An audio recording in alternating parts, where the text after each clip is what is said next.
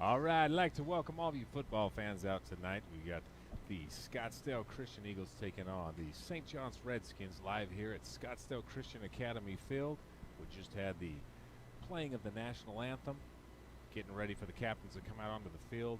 The captain tonight for the Scottsdale Christian Eagles is number 15, Mr. Ben Tobin. He's a 5'10 senior, 184 pounds. Last year he played running back for the Scottsdale Christian Eagles. He's out there tonight. Our captain as well, number 28 for the St. Johns Redskins. That's Ira Tolis. Ira Tolis is a senior for the Redskins. He's 5'11", 165 pounds. He's a running back in DB. You'll see a bunch of both of these players tonight. We got the flip. Let me announce our refs real quick. Give you while we're out there what we got, a little break in the action. Before we get started, our referees tonight, Mr. Tony Petrick, that's our referee. The umpire for tonight's game is Michael Edwards.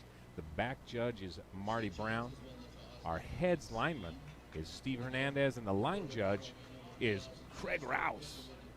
I'm here with Mr. James Thomas, one of the great football minds of the St. Johns Redskins. Mr. James Thomas and I, my name is By Whiting. We're announcing your game tonight. The Redskins as they take on the Eagles. James, great to have you here tonight. A lot of snow up in St. Johns. Traveling down through at least, 4 or 5, maybe 6 inches of snow to get here tonight. Yeah, Michael, it's a good thing that we're having the game down here this evening. It'd be really cold and wet up at home in St. Johns. Our boys would love it up there, you know, a little cold, a little wet, a little snow. They would love it. Been a great game there, but we're down here tonight. It's a beautiful night down here in Scottsdale. It's about 65 degrees here at kickoff. Got some nice, exciting music. And as we line up to kick the ball off, James, what do you see to tonight's keys for the Redskins? What do the Redskins need to do tonight to be successful against the Eagles? The Redskins are going to have to be able to run the ball tonight. We have a great line. If they can open up some holes, we got some great running backs, and we'll be just fine. Okay, kicking off the ball tonight for the Scottsdale Christian Eagles is number 1, Jake Brugman. Jake Brugman is a 6'1 junior. He's a wide receiver and a defensive back for the Eagles. He'll be kicking off tonight. St. John's is lined up, ready to go. And this is the quarterfinals action in the Class 2A. And it looks like that. It's going to be a flat. Nope, it stayed in that bounds. Stayed in. I don't know if you can see that on your Deion screen. Perry. You know, Deion Perry picked that up, got that ball back out to the 12-yard line. I think he thought that was going to go out of bounds, James, but it didn't. It just had a weird little roll to it. He picked it up, probably made a wise play not to let it roll any further. Absolutely. Let that other team pick it up. That was a great kick. Really nice kick there by Jake Brugman for Scottsdale Christian. So as we start here, James, talk to us what else we need to see from the offense tonight from this Redskin team. We're going to have to make sure we don't have any turnovers tonight, Michael. We've had a few the last few games, and hopefully we can keep the turnovers down. Right now we're in a spread T formation, running a power up. Oh, there's Tolis. Nice gain by Tolis. And that's Ira Tolis all the way up to the 31-yard line for almost big gain. He almost breaks it there, James. You see him coming off there. Nice run there. Yeah, he ran right up between Nick Patterson and Riley Green. And when I say James Thomas or Jamers Thomas, I might be talking about James Thomas' son tonight with a great block, number 9 in the backfield. He came out and made a great block there to spring number 28, Ira Tolis, for that big gain. So we're in a spread formation here, Michael. So number 11 is Kel Stewart. That's a quarterback for the Redskins in that spread formation. He's got a nice arm out there to number 15. That's Joseph Bushman for the Redskins. Joseph Bushman is a 6-foot senior, and he makes a nice catch there, James. Yeah, it was outstanding. He was wide open, took it up, got us a first down. So there's good. Now, the Scottsdale Eagles look like they run a 4-2 and a 4-3, depending on what we've got and how we set up. Got Deion Perry split out close to our side here. Yeah, they're in a 4-2 right now. Oh, nice defensive play by the Eagles there. Looks like it was supposed to be a handoff. Kel kept the ball on the defensive end for the Eagles, wrapped them up. And I'm going to apologize right now. A little bit of a hard time seeing some of these numbers. That's a great job by the defensive end there. That would be their right defensive end. And he stayed at home. He read the play, and that's a 2-yard loss for the Redskins. So James Thomas splits out in the slot. Dion Perry is wide to the side. Kel Stewart's in the backfield with Ira Tolis. It looks like Scottsdale may send everybody. Here comes the blitz. Big blitz.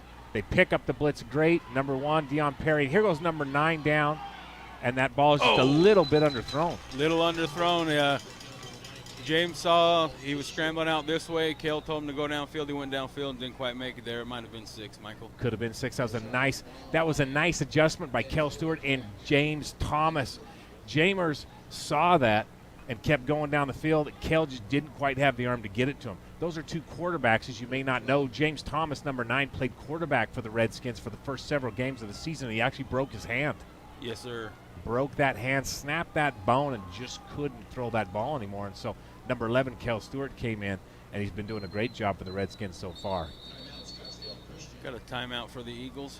So the Eagles call their first timeout, and right now we've got 10 minutes and 30 seconds to go in the first quarter. It's 3rd down and 12 to go after that play, and the Eagles take their first timeout. St. Johns is on their own 42-yard line as we go into that timeout.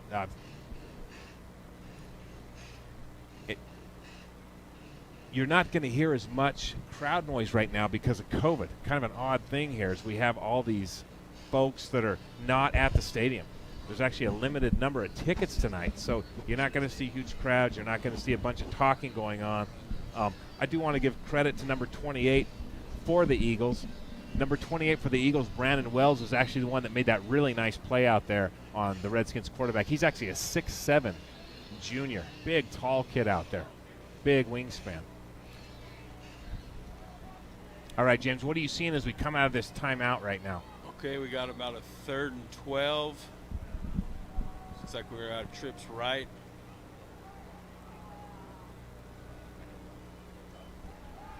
Stewart back to pass, throwing.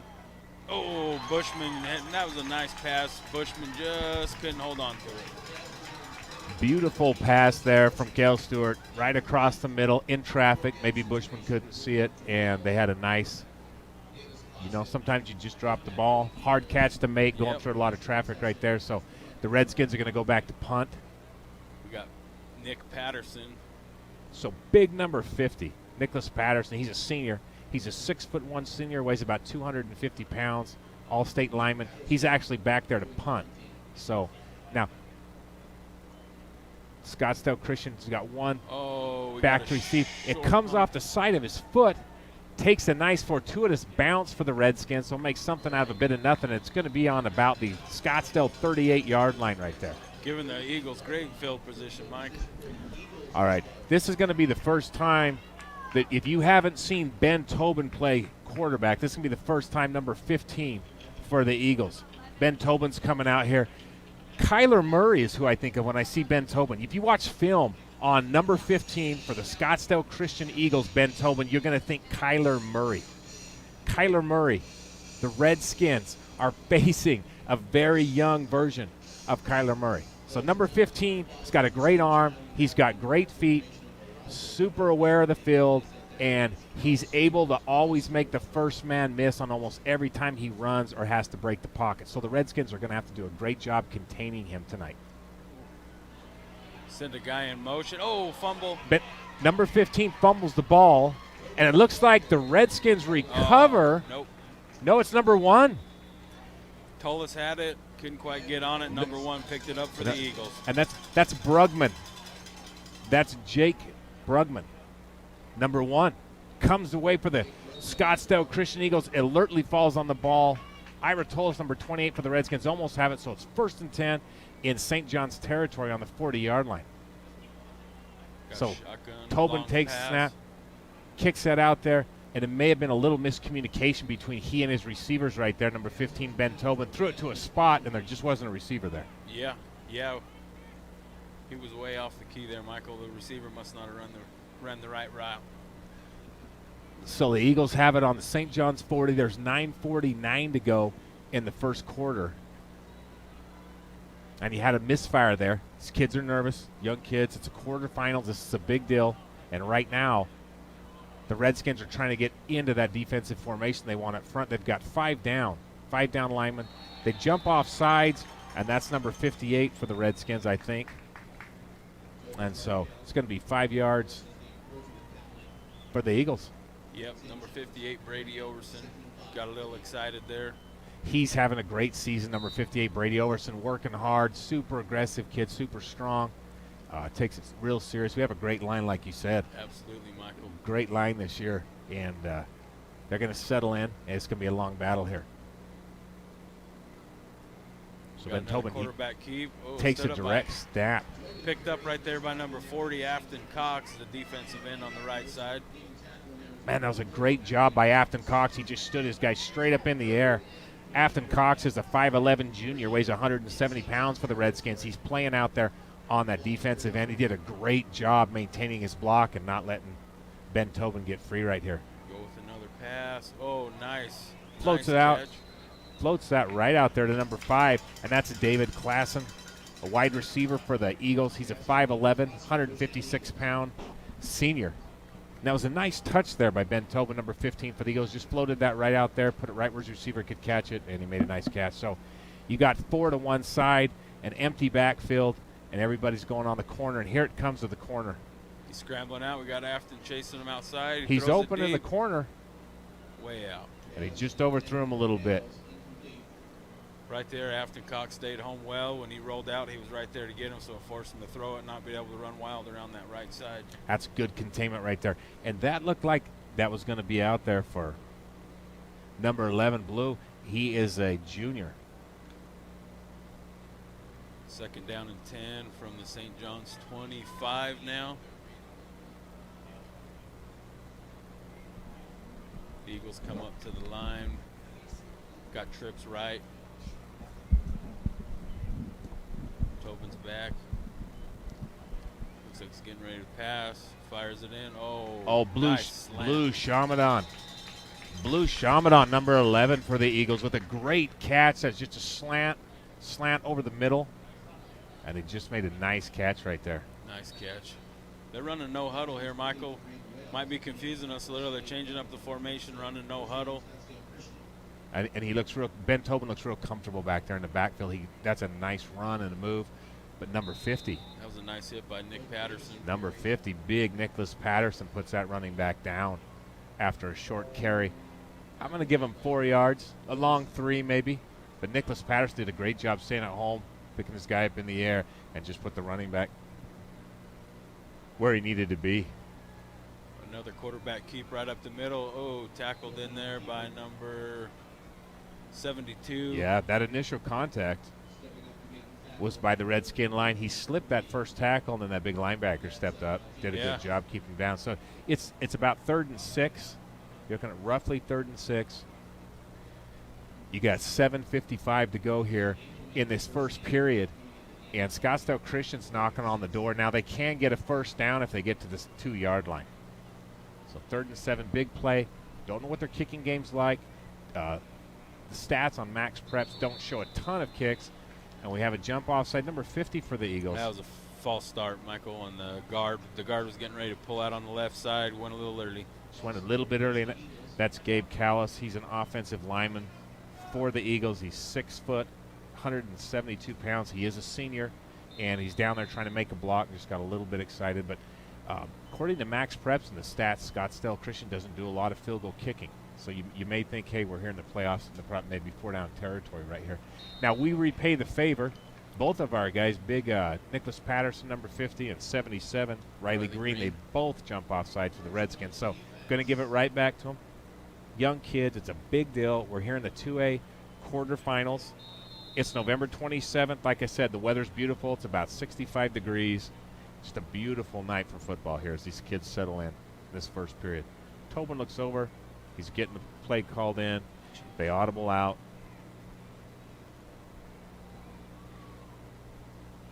Steps back to pass, throws it to the big receiver in the corner, just overthrows him. You know, that's a nice pass to the corner. You've got to give your receiver a chance to come down and make that play.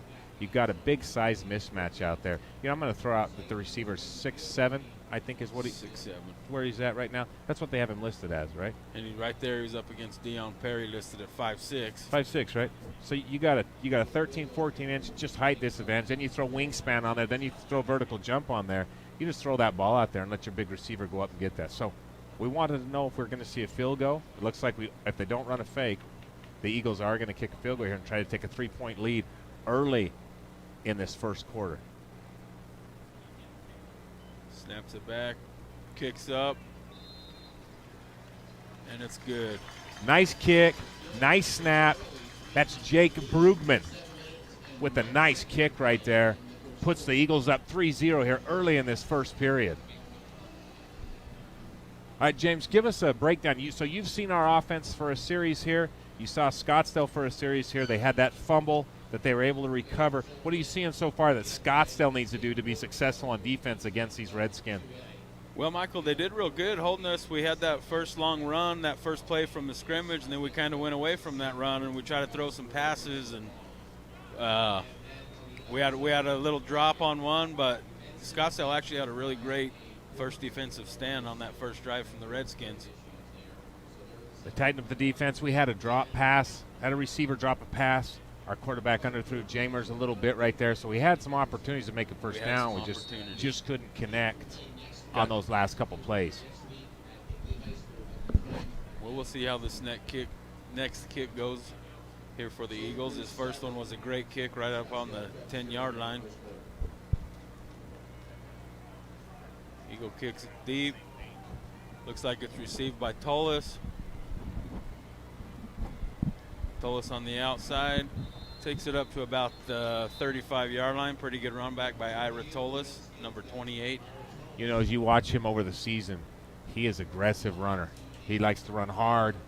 He's a smash mouth type of runner. He's not the biggest guy on the team, but he's not going to back down from hitting people. And if he breaks free just a little, he's got some wheels, Michael. He's got the wiggle room and he's got the wheels, and you're looking at 6 there. So Redskins are going to start right here. They're on about their own 35, 1st and 10. James Thomas in the backfield right there. Kel Stewart hands the ball to him, takes up the middle, nice hit right there. Gets about 3 yards, and then he's met with about 5. Scottsdale Christian Eagles. That was a nice defensive play right there. They had a little hole opened up for him, and it closed quick. The middle linebacker came in, filled that hole. What's important is the Redskins got positive yardage. James did a hard smash mouth run to those linebackers, and he held onto the ball. Absolutely.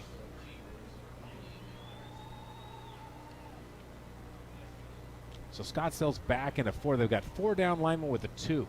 It's like a 4-4 flex. It looks like the defense they're running. Goes Tullis. Tullis is just nice. running. Looks like you got enough for the first down. Man, Ira Tullis is running like a full-grown man downhill. Takes it all the way in. 4 Scottsdale Christian Eagles to tackle him. The ref gives him a first down. Fresh set of downs right there on the 45-yard line for the Redskins. That was a great run right there. We had Brady Overson ran right through Brady and Carl for a great first down. The same formation, double up in the back. Looks like something that the old Iowa teams used to run. Just straight ahead smash mouth football for 5 yards by Ira Tullis. Great blocking up front right there by number 77, Riley Green. And the guard, Nick Patterson. Patterson doing a great job. Then you got James Thomas coming in behind, taking the next person, and that just leaves 3 or 4 yards, and Ira Tullis does the work for 2 more. You're looking at 2nd and 5. It's where you want to be if you're a coach calling plays right now. Scottsdale's doing a great job at the line of scrimmage. They've got 4 guys with their hands down on the turf. In case you don't know that at home, it is turf that's being played on right now. They're loading the box up, Michael, and we're still gaining yards. Looks like we got enough. That's Joe Bushman. Looks like we got enough for another first down.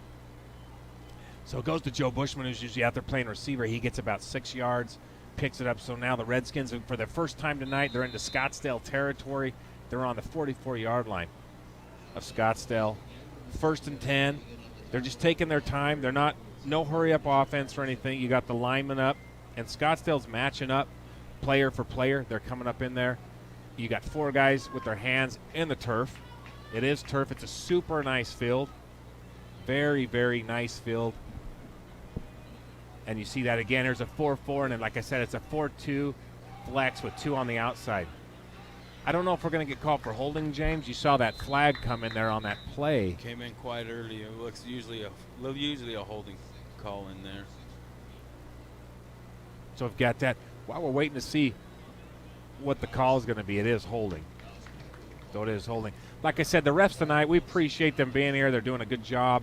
We talked to them earlier before the game started. They were up here in the press box. Very nice reffing crew. The referee's Tony Petrick. The umpire is Michael Edwards. The back judge is Marty Brown. The heads lineman is Steve Hernandez. And the line judge, of course, is Craig Rouse. So they're doing a good job tonight. It's been a good, clean game so far. Both teams working hard, playing hard. There's no inappropriate play out there. Nothing that you'd see that you'd think is bad. Just some good hard-working football. Athletes playing hard, like you said. Good hard-nosed football tonight. Stewart back to pass, throws a pass out to Case Heap, dropped. Would have been we would have got about 7 of our yards back there, Michael. Yeah, Case Heap, I'll tell you what, Kel Stewart's got a strong arm. That ball's coming out there super strong. It's on a tight spiral. It's on a rope. Case Heap, he's a junior. He's a 5'9" junior, weighs 140 pounds. And it just kind of got through his hands there on that far sideline. So you hate to see that for any receiver, any quarterback receiver. They're working hard out there. But that being said, it's going to be still 2nd and 20 is what we're looking at right now for the Redskins. They're back on their own 45. Comes Tullis around the right side. He's running hard. Nice gain. Man, you got to love Ira Tullis. Ira Tullis, let me give you a little rundown on Ira Tullis in case you don't know. He's a senior. They've got him listed at 5'11". I don't know if he's really 5'11", but I think that may be a little bit generous. They got him listed at 5'11" and 165 pounds. He's running like he's 6'3", 195 pounds. He's out there just putting it down. I mean, the first hit, the quarterback's trying to make a great play out here, number 15 for the Eagles. He's a super talented, super athletic kid, and he just can't bring Ira Tullis down. Ira's putting out the stiff arm, power knees, running through, keeping his shoulders square, and he gains 11 yards when he probably should have got 3. Absolutely. Here we are with 3rd and 8. So goes back. Kel Stewart drops back. He scrambles out to the Got left 19 side. open downfield. Oh, and 19 stops on him. And he drops that right on top of him. Just quite couldn't hold on. That came out of Kel Stewart's hands at the 50. It landed at the end zone. 50 yards in the air, no problem. Easy for him to get it there. Big arm. And number 19, Case Heap, just couldn't quite hold on to it. Tough pass to come down with. He had to turn around. He had to spin around twice, 2 different directions. So hard to do. And the cornerback for the Eagles really made up some ground. He was beaten early, and he really made up some good ground and got there at the end. And didn't pass interfere. Made a good defensive play. Just 2 athletes going up for the ball, and the Redskins just didn't quite come down. So the first punt, number 50, Nicholas Patterson, had it come off the side of his foot. Got a good bounce. But we'll see how he does right here. I don't know if the Eagles are looking for a fake punt. You're down inside the Eagles' territory. I don't know what you gain by kicking it too far, so we're going to see exactly what happens here. Yeah, hopefully Nick can have a nice kick, keep it out of the end zone here. We pin the Eagles down deep. We got 3 minutes and 20 seconds left in the first quarter. Nice kick by Nick Patterson. That's a nice kick right there. Get a straight-up bounce. Gets it right down to the 20. Number 28, Ira Tullis, St. Johns' running back, grabs the ball right there. So the Eagles are going to have a fresh set of downs starting right here on their own 20. They've got 80 yards to go if they want to put a touchdown on the board. We saw their field goal kicking. They've got a nice kicker in Jake Brugman. So he's got a nice leg. Looks like he could hit from at least 30 yards. Michael, looks like the Redskins going to have to stop the quarterback from running wild, and then the big receiver matchup, we're going to have to stay on him and try to slow that down this time and hold him.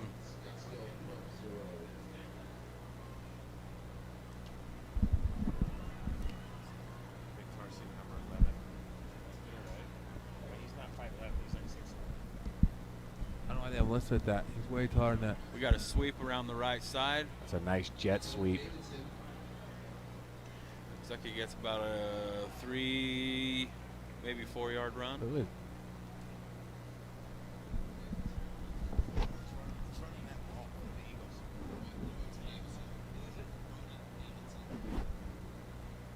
Oh, that's 10. It's 10. Okay. So I apologize. We're having a little bit of a hard time seeing the numbers for the Christian Eagles right here, and so we're getting some help here in the press box. We appreciate that. That was number 10, Bowden Davidson, on that jet sweep for the Eagles. Yeah, got a long 4, maybe 5 for the Eagles right there. So here we go again on 2nd and 6. Ben comes back. Around, got chasing by Brady Overson. Brady Overson chases him to the outside. Number 15 makes the hit, and then Case Heat puts a hit on him, but not until he gets up to the 36-yard line, gets the first down. That's a gain of about 12 yards right there. That was an outstanding run. Brady had him contained for a minute, but the speed from the quarterback was too much, and he got the edge out here and made a nice run. Beautiful, beautiful run out to the outside. Nice blocking out there. That jet sweep sets that up because you got to respect that jet sweep. When number 10 comes in for the Eagles, he's going out right now, but when 10 comes in for the Eagles, Bowden Davidson, and he's on that jet sweep, you got to respect that, and that frees up the other side for the quarterback if he wants to pull that ball in and come to the opposite side. So the Redskins come down. They got 4 guys with their hands in the turf. And in motion is that same jet sweep to the short side, and man, Brady Overson does a great job. Wow, big Brady Overson, number 58, to the short side on that jet sweep, and he just pulls that running back down. Absolutely. He picked the right angle on that one and caught the guy in the backfield, pulled him down for about a 3-yard loss. So you can see that the Eagles have a lot of speed out there, James. They got a lot of speed on their skill positions. Absolutely. Very quick, too. A lot of lateral quickness, north and south quickness. Very athletic. Got a long count trying to get the Redskins off. The pocket collapses. Oh, and they collapse right on top of them. Tagged Big. by Afton Cox and big old Nicky Patterson. Big old Nick Patterson, Afton Cox. They collapse right on top of him. Wow, that was a way to keep. You got to keep that outside of that pocket coming around. And when you collapse, you got to collapse from the outside in, and that's exactly what the Redskins did right there because it gives no running lanes to the quarterback. Absolutely. You got nowhere to squirt through. There's nowhere for him to go. So you got roughly third and 15 is what you're looking at right now. James, you're calling plays. What are you calling for the Eagles right here? They're going to have to get something for some big yards, so they also might even go for a draw right here or maybe a screen. Oh, we go for a deep ball to number 1. Oh, we're going to call pass interference right here on number 19, Case Heath. So that ball was thrown back here from the 25-yard line. It lands down here on the 30. A beautiful throw there by number 15, Ben Tobin, and number 19, Gage Heap, just got tangled up with them and got turned around, got a little bit of hand checking in there and grabbed onto him, and so they call that pass interference on him. Yes, sir. So we got a discussion with the officials right now. They're trying to figure out where they're going to position that ball and how far they're going to hold it back. And while they're doing that, let me just give you a quick rundown. Ben Tobin, number 15 for the Eagles, he's averaging this season. You got to remember, this is a short season. The Eagles have played 7 games. They're undefeated, but it's a short season. But Ben Tobin, number 15, is doing a great job. He's averaging. Now, this is coming off max preps, but he has done a great job passing. He's thrown, if you look at his games, what he does per game, he's running about 110 yards passing a game. He's also rushing, though, as well, for about 110 yards a game. That's outstanding, Michael. If you get 100 yards passing and 100-yard rushing as a quarterback, that's an outstanding effort. Right, and he's doing that consistently. You know, he's had a lot of long passes, a lot of good long runs. So he's a major part of what the Eagles want to do tonight. You saw his arm right there. So here we go. Looks like about a 3rd and 1, Michael, because in high school you don't get the ball where the foul was, a 15-yard penalty, so we got a 3rd and 1. 3rd and 1. It's a design draw. Brady Overson stays out there. Oh, great speed. Great speed right there by Ben Tobin. And it looks like we're going to have a personal foul on the Redskins. I'm going to go with that's probably number 53, Jacob Skousen, who's a 6-foot senior defensive lineman. But we'll see what they call right here. It could be another 15 yards tacked on the end of the run. That's what it looks like. It's going to be, Michael, a little extra commotion off here when they came off on the sideline. You know, like we're talking about Kyler Murray, you got big Brady Overson, number 58, out here for the Redskins. It looks like he's got Ben Tobin in the backfield, and Ben Tobin just takes that extra step, gets right to the sideline, and just gets 5 more yards. Absolutely. Brady's going to have to stay to the outside of him. Don't fall for that cutback. Rely on the linebackers. If he does cut him back inside, don't let him sneak around the outside edge. You know, James, when you were playing high school football, like they used to tell you all the time, is get that receiver, get that running back, get that to cut back to the inside of the field where your friends are. Yeah, absolutely. Get them back to where your friends are. Don't let them get down that sideline, and that's what Ben Tobin did right there with his great speed and his quickness. Got that first down. Then we had that personal foul. Great slant throw. Nice slant. Can't see the number 6, Michael. Kobe Tobbit.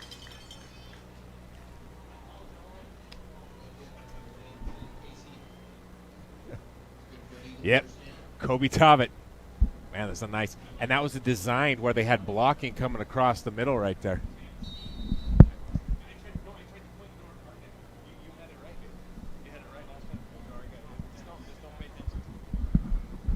Here we go. We got a guy in motion. Gives it up the middle.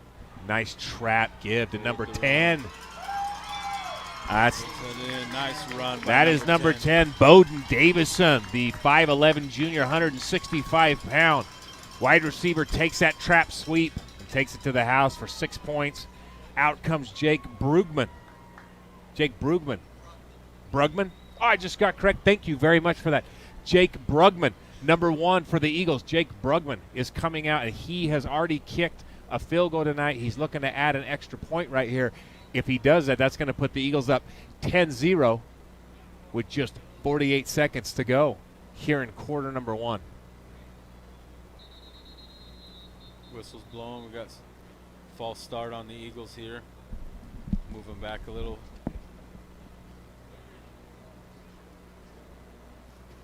Moving back 5 yards and try it again.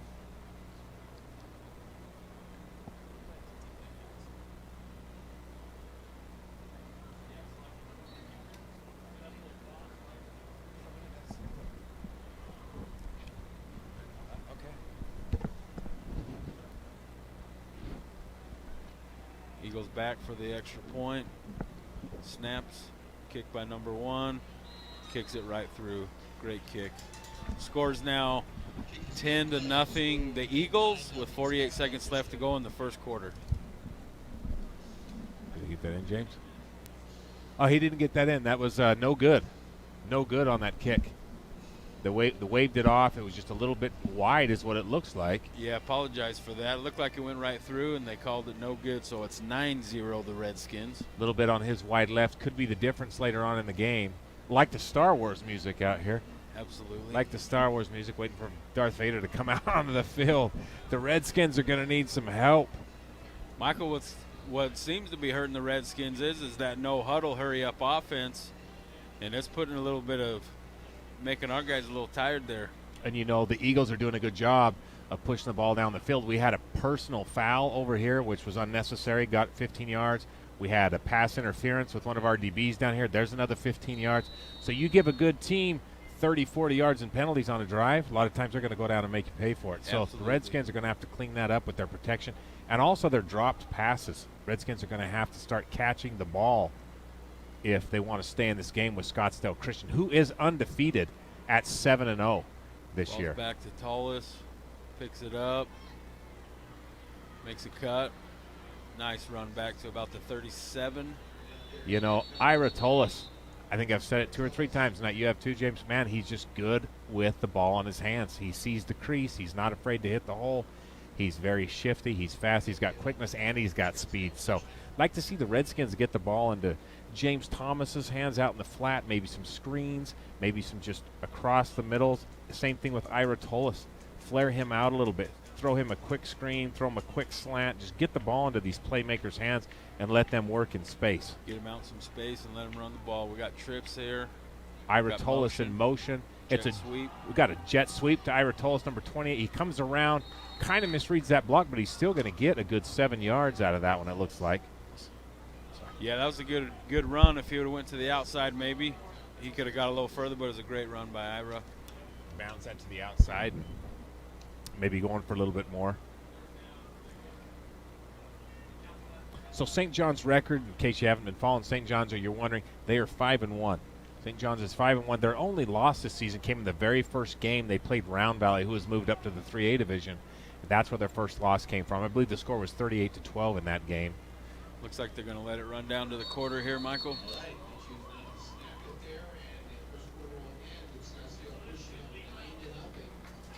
So there you go. First quarter ends. It's 9-0. You saw the missed extra point down here And Jake Brugman had a great kick to put the Eagles up 3-0 for the first score of the game. The Redskins, I think, have done a good job of containing number 15, Ben Tobin. Like we talked about, he is a Kyler Murray type player. Super quick, super fast, great arm, sees the field. He was a running back last year, so he's used to running. He knows how to find the hole and slip and move and weave. So at the end of the first quarter, 9-0. James, what do you think the Redskins need to do offensively to keep things going and put their first touchdown on the board? Well, we got to keep running the ball. If we keep running the ball, we're gaining positive yardage. We have to make sure we're not having any holding penalties to get us behind the chains. But the Redskins are doing a great job. The Redskin O-line has been doing a great job opening up the holes, getting 4 or 5 yards of carry. They really are. You know, we're keeping live stats here, and, you know, don't quote us on this, but it looks like from what we've got with all of our statisticians and all of our staff here, Ira Tolis has 52 yards of rushing so far. That's outstanding. You've seen his kick returns. He's probably got another 60 or so yards in kick returns. So Ira Tolis is really just carrying the load here tonight. So you're going to have about a 2nd and 4, 2nd and short 4. Here's the jet sweep again to Ira Tolis, but he does not give. Stewart takes it, does a great job fighting for more yards, and I think he's going to get the first down. What are you seeing, James, on that spot? You're right there on the line. Right there, yep. Looks like they're going to give him the first down. Nice run by Cale Stewart. Cale Stewart, number 11, does a great job bringing it across. James Thomas was a quarterback for the Redskins, doing a great job early on in the season, and he had that unfortunate handbrake that we talked about earlier. He is back out there. They're using him to run the ball because he's so effective as a running back. They decided to put him out there. He's playing through pain. He's already had some great runs. You'll see him in the backfield with Ira Tolis tonight. They line up in that old power I formation that you used to see out of Woody Hayes and the Iowa, and here it comes straight at you. Hard-nosed football. Ira Tolis takes it the outside with some speed. Nice run, nice hit out here by the Eagles. Oh, he hurt. Well, I think what you're going to see right here, James, is that they're going to call that for targeting. Yep. That's my guess. He came in with his head down. He went helmet to helmet, and he's down on the sideline. I don't like to see that. No, Michael. don't like to see that at all because these guys are working hard out there. And I can't see the number of the Eagles player, but my guess is that's probably what they're going to call as far as that flag being on the field. It came in late. I think they're going to call targeting maybe. It's number 11. Is it number 11? Blue Shabanon. It's Blue Shamadon. He's already had a great game. He is a junior. He's a 5'11 junior. They've got him listed as 153 pounds. He plays wide receiver, and he plays DB, and he's up. He's okay. That's excellent to see. He's been having a great game so far, and I don't want to see anybody get hurt out there. Absolutely not. He's had some nice catches. He's done a good job on his defensive position as well. And I don't think that he was trying to do that. He's not coming in trying to do that. That just the official sees it. They really have no choice but to call something because they're trying to get that out of football, as you know. Absolutely, because you could see right there, Michael, he come in, put that hit on, and ended up hurting him. Yeah, and on there. So the AIA is just trying to keep all these boys out here safe. You know, like we talked about with Ira Tolis, it's going to take a lot to hurt Ira Tolis. They're just going to have a hard. That guy's just as tough as they come, and so he's in the game. He's ready to roll. He's lined up in the backfield again, and hopefully number 11 is going to be okay. I want to see him back out there, hopefully here in a little bit. Got spread T formation, snaps, Tolis up on the right side. Good night. Look at Ira Tolis run. About a 4-yard gain over there. On the right side, looks like Brady and Carl opened up a nice hole over there. Man, Brady's doing a great job out there tonight. It looks like he's really pushing. Bigman. And Carl Bigman, he's 5'10", he's 200 pounds, he's a senior, he's number 55. If you haven't seen him, if you have not seen the Redskins line, do yourself a favor and watch the line. All 5 of our linemen are outstanding. They're veterans on the line. They're big, they're strong, they're physical, and they just open holes and they push people backwards. Watch that line. Look at that. James Thomas on the run.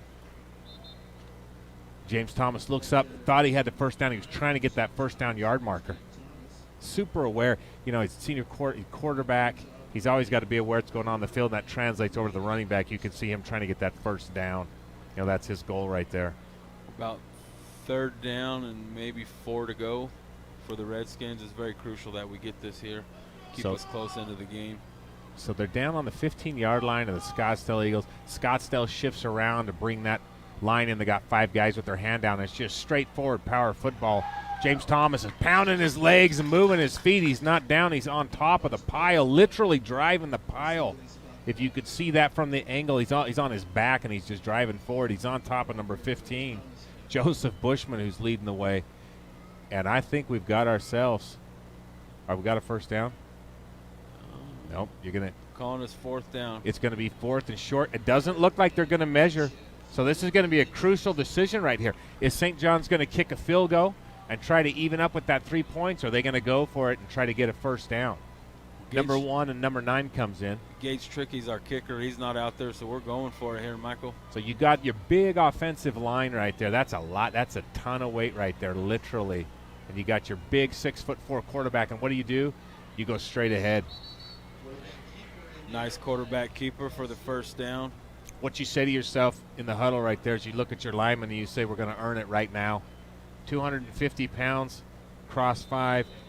It's literally over 1,000 pounds of weight. You got a big quarterback, and he just slides right in the middle there. And you have to be able to do that if you want to win football games. And St. John's shows you why their line is so good.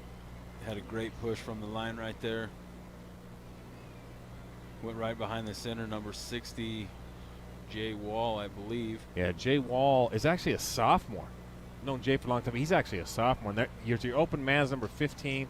The ball's a little bit hot, and I think he fell down. That ball was coming in, a nice ball, beautiful pass, well thrown, coming a little bit hot, but I think number 15 actually fell down. Joe Bushman, yeah. Kind of got tripped up. Now, if you're looking back there, the Eagles are doing a great job playing on the edges. They're staying out wide. They're playing on the edges. They're trusting their linebackers up there in the middle. They're running a 4-2 most of the time. And the edge players, they have super talented and fast, quick, skilled players, DBs, cornerbacks, safeties. If you watch them, they take great angles to the ball, well coached. They all fly to the ball very well. The whole defense for the Eagles flies to the ball well. So we got the wrong game ball. It looks like they're putting in the different game ball here. Pick that one up over on the baseball field, just found one over there and said, let's try this one. It's a nice looking football. So there you go. So Jay Wall, we were talking about him earlier. He is a sophomore, young kid to be out there starting on the varsity line as a sophomore, number 60. But he's 6'1", he's 205. He's your center. Keep an eye on him. Very physical. Comes from a long line of good football players. All of his uncles and his dad were great football players for the Redskins. Got Tullis on the outside. Tullis on the jet sweep. Sees the block. Cuts in.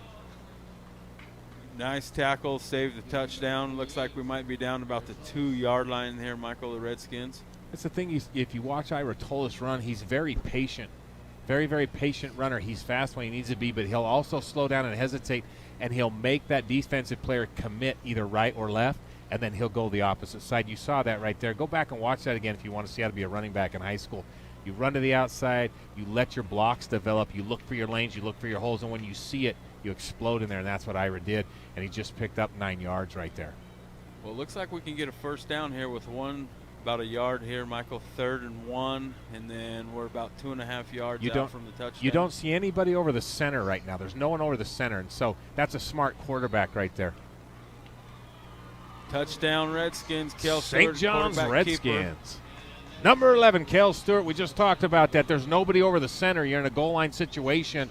And when I used to play QB, if you did that, if you walked up to the line like that and you needed a yard or less and there's nobody in front of the center, you tap him on the right side or the left side where you want him to go, and he hands you the ball and you go with it. And that's what the Redskins did right there. Smart quarterback play by number 11, Kel Stewart, the 6'4" junior for the Redskins. Weighs in at 200 pounds. It's hard to stop a big kid like that as well when he's only got to get a yard. So that's a beautiful kick right there by Gage Tricky. The 5'8", 140-pound senior puts it through. So, Michael, that's 9-7. The Eagles are up, and 7:41 left in the second quarter. All right, 7-9. If you're wondering how that 9 happened, it was a missed extra point down here by the Eagles. Is how we ended up with 9 right now. So let me give you some records here. Let me get you set up. This is going to be, looks like a real good game that we're going to have tonight. But let me tell you where St. John's and Scottsdale Christian's at. St. John's plays in the 2A Salt region. Hasn't always been that way, but St. John's plays in the Salt region, which is more down south of what St. John's is used to. Right now, St. John's record is 5-1. Like I said, they lost to Round Valley in their very first game. They lost their starting quarterback, James Thomas, with a broken hand, and then Kel Stewart has stepped in. But they are 5-1. They're actually first in their region. They're 7th overall. Their state ranking for the entire conference is 7th. Scottsdale's state ranking for the entire conference is number 2. So you have number 2 playing number 7 tonight. Got tricky on the kick. That's a nice kick to the corner. Back. Good pickup right there, and he sees the lane. He's coming down the sideline, and he saw that lane. He's not going to get there because number 40 is going to bring him down. But Nice that's a catch great by Afton run Cox. by Bowden Davidson. Bowden Davidson with a nice run right there. He saw that, man. You could see him see that, and he just came down that line. And that was some serious speed, Michael. Let me tell you about Bowden Davidson real quick. He's number 10 for the Eagles. He's got some great receptions. He's caught a couple 30, 40-yard passes. He's got along a 51. He scored some touchdowns for him. He's a super fast receiver. He averages 17 yards a catch. When they throw to him, he's a 17-yard type guy, and you saw his speed right there. He saw that crease, James, and he hit that crease like a rocket. A number 40, Afton Cox, showing great speed from a defensive end. I mean, Afton Cox is 6 foot 180, and he caught him. Picked a great angle and caught him over there. That was a great play by Afton Cox. Man, he said Quarterback's Afton Cox saved a touchdown right there. And that's a great throw right there by number 15, Ben Tobin, over the middle. That zone come up. That receiver just settled into that zone. He made a nice throw. It was a little bit high, but he made a nice throw right on top of that receiver. Yep, got about a 7-yard gain. So you're looking at a 2nd and 3, 2nd and long 3. Ben Tobin comes up there. You got one back in the backfield. Everybody else is split out wide. And the Skins look like they're in a man-to-man right here. There's no cover 2. Yeah, they're in a man-to-man. Yeah, we're in goal line right here. Nice. Oh, wrap him up. Nice play by Nick Patterson Wow. right there. Big Nicholas Patterson, the super senior, comes in there. Number 50, 6'1", 250 pounds, defensive lineman for the Redskins. You're not going to break out of Nicholas Patterson's grips. I can guarantee you that. He's the strongest kid in the history of St. John's High School as far as weightlifting goes. He's broken every record, deadlift, bench. So anybody out there listening from St. John's, you thought you were strong, you're not compared to Nicholas Patterson. He holds the bench record, deadlift, squat. He owns all the big power lift records. So you just can't get away from a kid like that. The best thing you want to do is just not let him fall on you. Absolutely, Michael. Especially when you're 140 pounds coming Gotta out of run there. up the That's middle. a beautiful move right there. That is nice running. Oh, wow, that's a great Nice dive. leap. If you could see that on video, call him Superman. That is a super leap right there. Goodness, we're just going to call him Superman. I scratched his name out. It's Superman from here on out. You saw it right there. He's 8 feet in the air. We do have a flag on the field, Mike. We'll wait and see what the refs I have think to the say about flag that. on the field is what they're going to call illegal flying. You're not allowed to fly that high in this airspace. Scottsdale Airport is right here, and you can't get that high in the air unless you're authorized by the FAA. So they're definitely looking at calling him for that, but I don't think the refs know what the signal is for illegal flying. But, you know, I hate to see that, a call like that. He's coming over to the sideline right here. It's number 10. It's Bowden Davison. He's the one that got that great run back. He's just super athletic, super quick. He wants to win. He's trying to get to the goal line. He's giving it all, sells his whole body out. And, man, that he was just forever in the air. Something you'd see it on Saturdays in college. Looks like something with Notre Dame and Clemson playing right there. People going up 10 feet in the air over the yard markers. All right, so it's 3rd and 7. Ben Tobin's in the backfield. He's got one running back. Everybody else is spread wide. Very patient run right there. Oh, and Wrapped big up. Nicholas Patterson. Oh, that's 58. Brady Overson. No, that was 50, Michael. It was Nicholas Patterson. Man, he's getting taller as the game goes on. I'm going to start calling him 6'2". He's almost 6'3" now.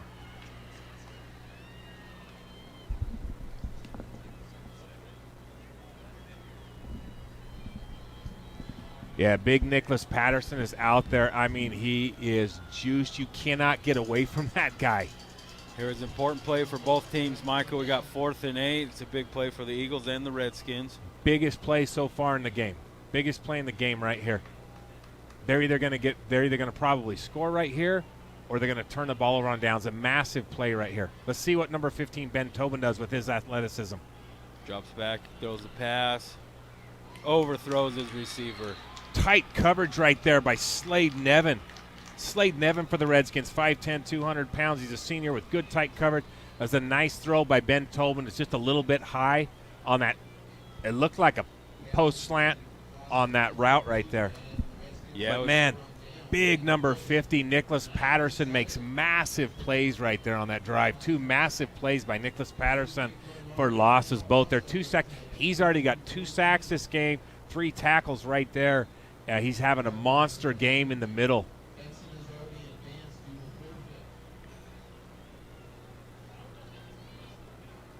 I'll tell you who else has got 3 tackles is number 40 for the Redskins, Afton Cox, and he had that great tackle on that return. Now here comes Ira Tolis again. Look at Ira Tolis run. Look at Ira Tolis run. No flags on the field, and you can't even catch him. There is a flag on the field, Is there a Michael. flag on the field? You got a flag on the 20-yard line. There is a flag on the 20-yard line for the Redskins. I had a hard time seeing it. You got to hate to see a young man get a run like that called back. You know, Ira Tolis, it's not going to go down on the stat sheet, and he's not going to get a touchdown for it. He bounced off 4 different defenders, kept his balance, spun around twice, and then had the speed to outrun one of the quickest guys on the Scottsdale Christian team for 70 yards all the way down the sideline. Got tackled, still scored, and it's going to come all the way back. Yeah, it might be a little deflating there, Michael, but we just got to accept that flag and go on to the next play and try to make it happen again. That would have been a massive turn of events. 4th and 9, the ball flips around the Redskins and they score right there. So that's a huge penalty on the Redskins. It's going to bring the ball back, looks like, to the 10-yard line. So it's, instead of having 7 points on the board, it's now going to be 1st and 20. Yeah, that's a big change in momentum right there. Hopefully the Redskins can Had it stood, it would have been an 81-yard run. Outstanding. Had it stood for the great Ira Tolis. Here we go again, 1st and 20. Scottsdale's looking back at their coach quite a bit. They're trying to get the right read right here. They're trying to get in the right formation. No. They're going to call him down. The ball may have come out, but they're going to call him down. You got to remember, when you're playing with a broken hand, I don't know if you ever had a broken hand. You're playing with a broken hand, it hurts. You get hit with helmets in your broken hand, it feels like it broke again. You get kicked with it, you get kneed with them, and it just hurts. So big props to James Thomas out there for holding on to the football and running strong, running hard. Got back a few yards.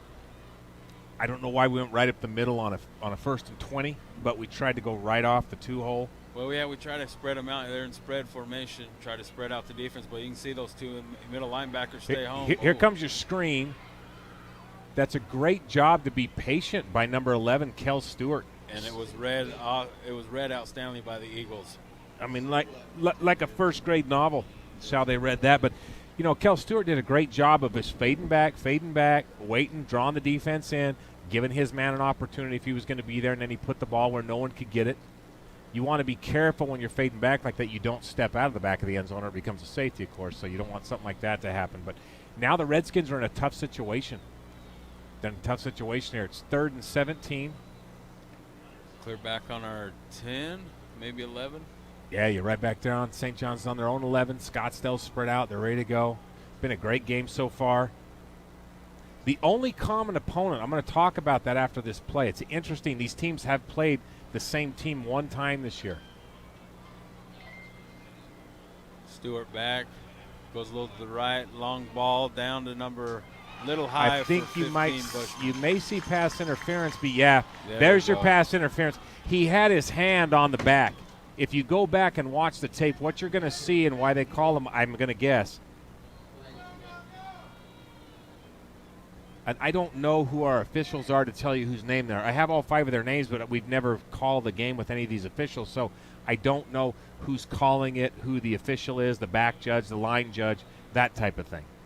So he's talking to the ref. You're going to have a conversation there. They're going to get the yardage right. The referee is Tony Petrick.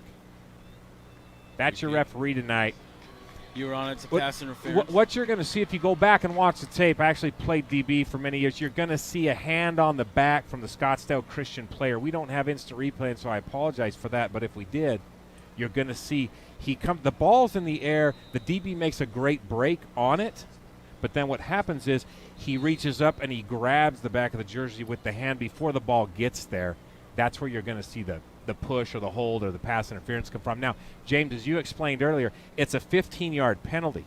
So it was 3rd and 17. You get to replay the down, but you don't get an automatic first down. It's not like college or the NFL where you get the spot foul. It's not a spot foul. Yeah, so makes them way more manageable 3rd down for the Redskins right here. So if you look, do you see anybody over center? There's 2 guys over center. They're not going to run it. They're going to give it to Tolis on the outside. Nice lead block. You may see Tolis go to at least to the 50-yard line right here.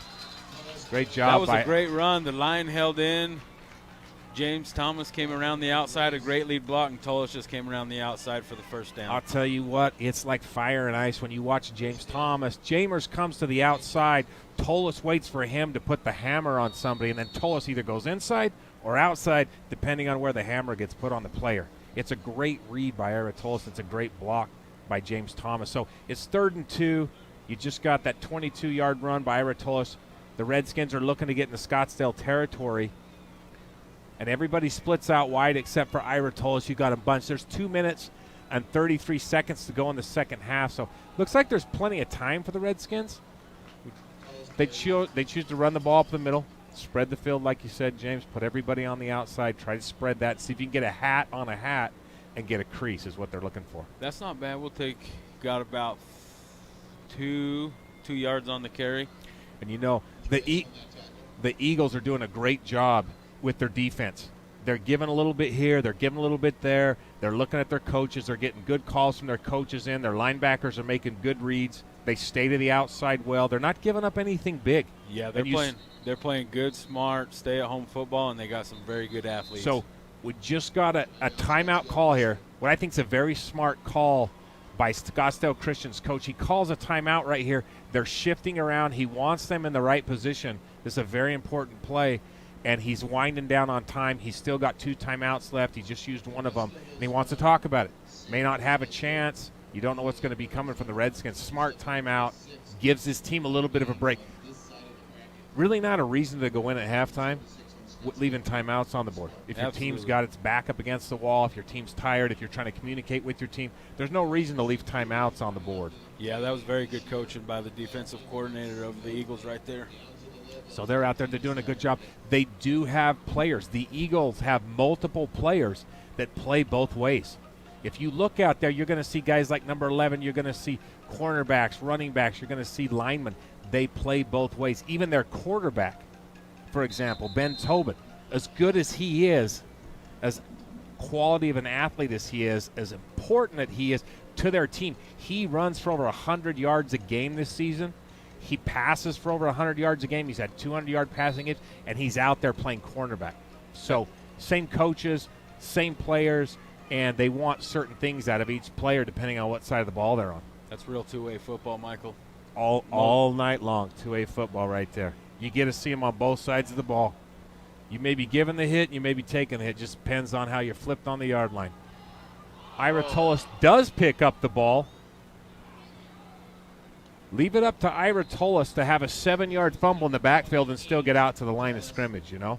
That was a nice fumbled the pitch, picked it up, and got back to the original line of scrimmage.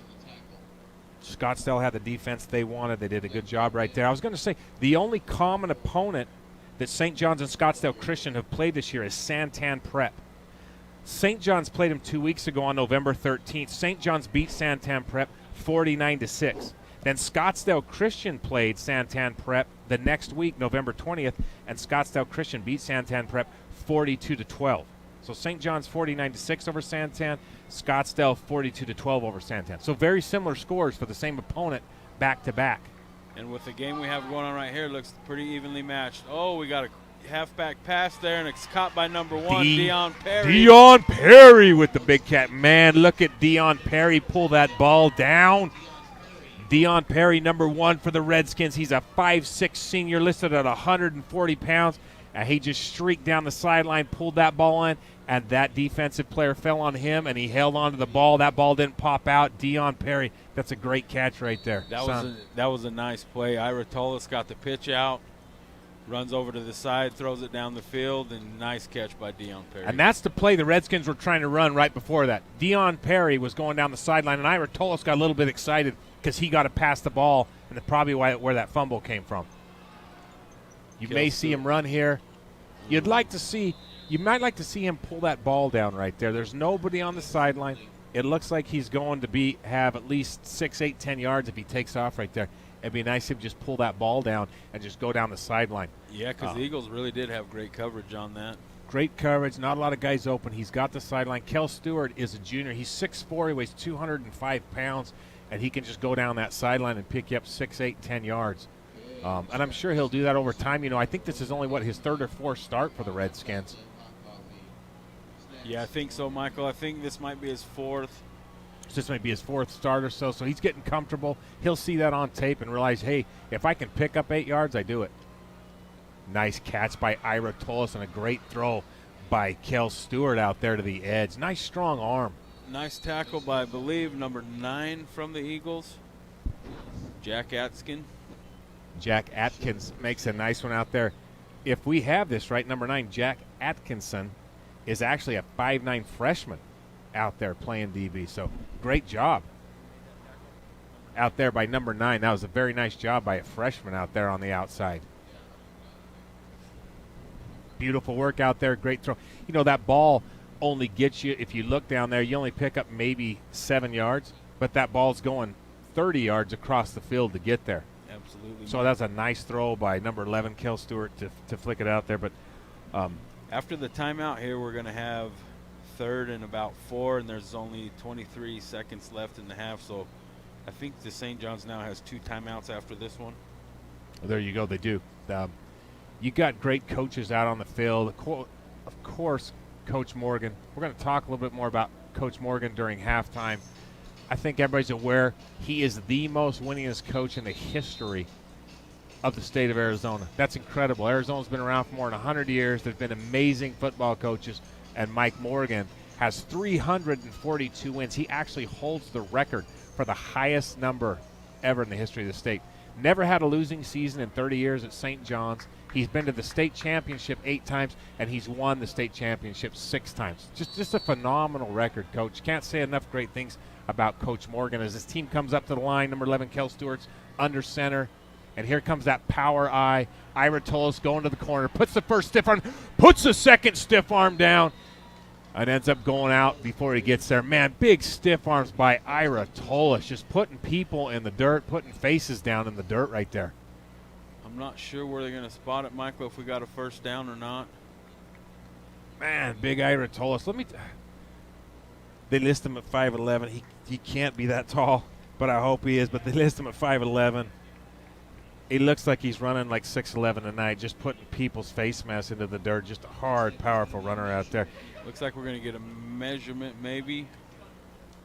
Oh, they gave us the first down. They gave the Redskins the first down, so it'll be 1st and goal.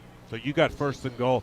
James Thomas is putting that block out there for Ira Tolis. That big line, I mean, just that big, huge St. John's line just eats people up. You don't see anybody penetrate. Nobody penetrates through on that line. That Redskin offensive line is doing a great job tonight. Watch Nick Patterson right here as guard. Just holding people out. Great move by Kel Stewart right there.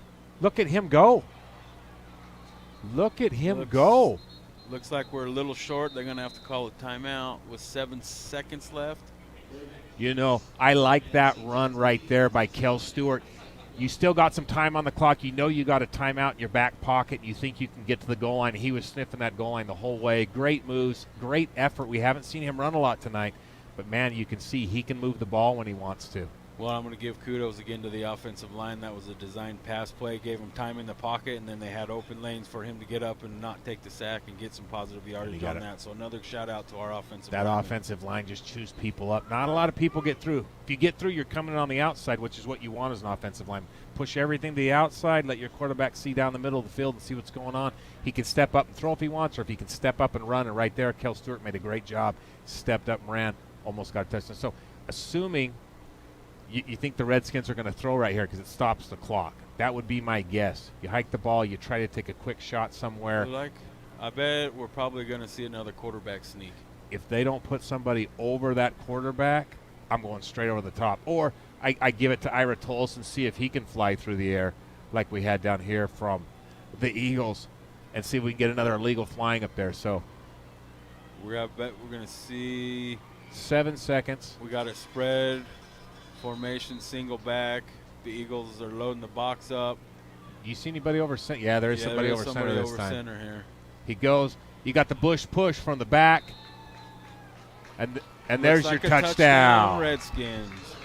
Touchdown, St. Johns Redskins with 4.7 seconds to go. In the second quarter, they put their second touchdown on the board, so it's 13-9. Redskins are leading.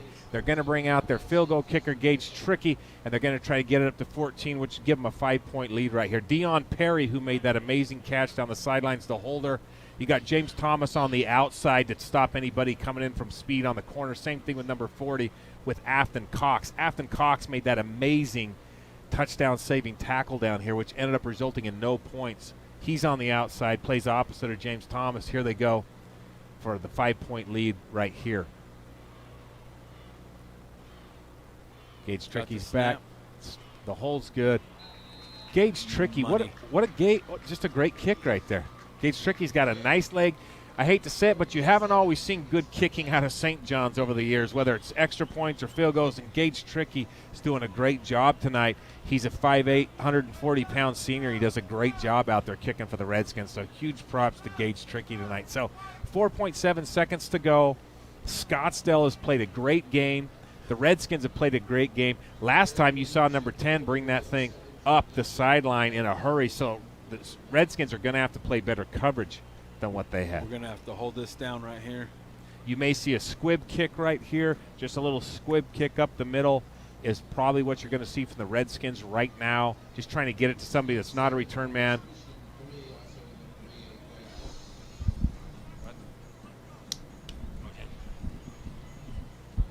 All right, you got some heavy hitters out here on this outside on kickoff coverage. You got Slade Nevin. You got James Thomas out here. These are your gunners or your flies, depending on who you coach for. Bunch of different names, but these are the guys who are going to try to get that. Squib right here, pick it up There's the middle. Your squib. He's tried to get there to the outside. He can't make it. He gets hung up right there. Nice tackle by Gage Trickey. He puts a nice hit on him. So we got 0.5 seconds left. 53 is Jacob Skousen does a great job. Jacob Skousen has 3 tackles so far tonight, doing a great job. So does Afton Cox. So does Nicholas Patterson, as we talked about. So I think you're going to see with 0.5 seconds here, you're going to see a big gun from Ben Tobin, I imagine, sending some folks down to the goal line. Yeah, we're going to go into a prevent here. St. John's is. And Scottsdale Christian might think, hey, we don't want to get an interception. We don't want to get a fumble. We don't want something to happen. So they may just go into halftime, kneel the ball, and go in and call it good. They're only down by 5 points, and they've had plenty of opportunities. So that's what they're going to do. They're just going to kneel the ball, and they're going to go into halftime. All right, we got some great stats here. Stick with us for halftime. We got some stats. We got some information.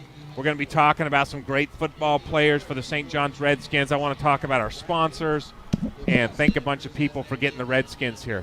The crowds are going wild in both stands. So far it's been a great half of high school football. The Scottsdale Christian Eagles are doing a great job with their defense. The Eagles are doing a great job keeping things contained.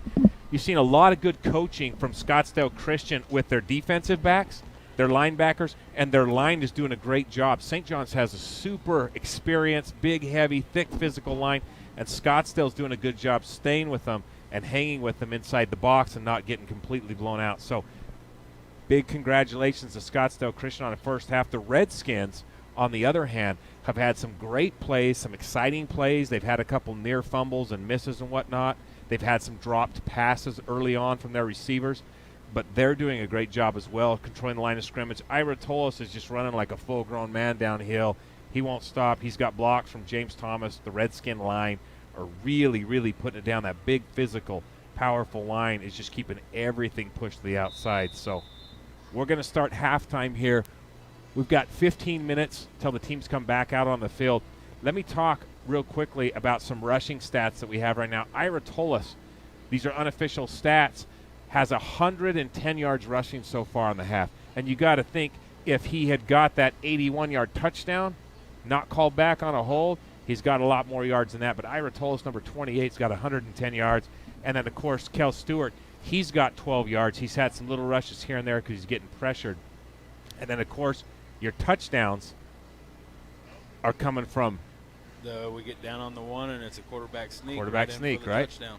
So, number 11, Kel Stewart, quarterback for the St. Johns Redskins, he's got 2 touchdowns. You saw them both there. Just put him right over. Big physical quarterback. He goes over the top. And, of course, he's got some rushing yards. James Thomas has had some great runs. They're running him right up the middle. They're using him as a hammer to keep things honest in the middle of the defense, and he's doing a great job running up in there with that broken hand, holding on to the football. And then he's done a phenomenal job, which isn't on our stat sheet, but the blocks that he's making on the outside for Tolis to bounce in and out. And then, of course, Joseph Bushman's had a couple runs for 12, 13 yards.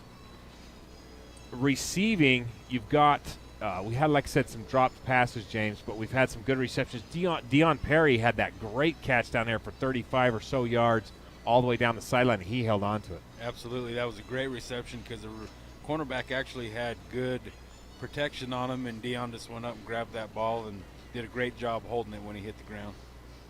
So I said we're going to talk a little bit about Coach Mike Morgan. If you're new to St. John's football, if you don't know Coach Morgan, 342 wins. He's the winningest coach in the history of the state of Arizona. He had his 337th win this year, and that set the record. That was held by Paul Morrill for a number of years out of Blue Ridge. The great, the amazing Paul Morrill. Coach Mike Morgan broke that record this year. He's been coaching for 30 years at St. John's. Now, I know, James, you played for Coach Morgan. He's never had a losing season in 30 years at St. John's. He's just done an amazing job coaching there. He's been to the state championship game 8 times in those 30 years. That means he's gone to the state championship game more than once every 4 years. That's outstanding. 1 point every 8 years. So think about that. More than once every 4 years, he goes to the state championship game. What's probably even more impressive is 6 times out of those 8 appearances, he has won the state championship trophy, brought home that big ring and that gold football. That's just an incredible ratio to go there 8 times and win 6. Of course, it's a tribute to amazing players he's had all throughout the years. He's phenomenal athletes, but he shows up day after day, practice after practice. If you've ever played for him, he's always screaming at you to get in the weight room, lift harder, work harder, eat better, do more reps, and he gets the players ready to go. He gets them motivated, and they want to play for him. So the years he's won, if you're listening and you want to know, they actually three-peated. When Coach Morgan came, he got here in '89, built the program, didn't take him very long, actually took him 3 years, and they won 3 championships back to back to back. That was 92, 93, 94. James, I can't remember if you're part of those wins, but you probably were. You were out there getting those gold balls. I can't remember what our winning streak was that time, but we held the state record for the winning 44-0. I looked it up, James. Your winning streak. James Thomas was part of that, the greatest football team in the history of St. John's. They went 44-0. They never lost in 3 years. They won 3 state championships, 92, 93, 94. And then they came back, and they almost won again. I believe it was in 99. Guys like Devin Waite, Jordan Whiting, Chris Pulsifer, Vince Morgan was on the team, and the great John Richardson, who actually coaches for St. John's. They were in the state championship, and they lost to Thatcher in the very last play of the game, or they would have had another state championship. But I think that was in 99 or 2000. St. John's came back in 2002 and won the state championship again. And then you probably remember in 2007, 2008, they had a two-peat. The great Shad Bride.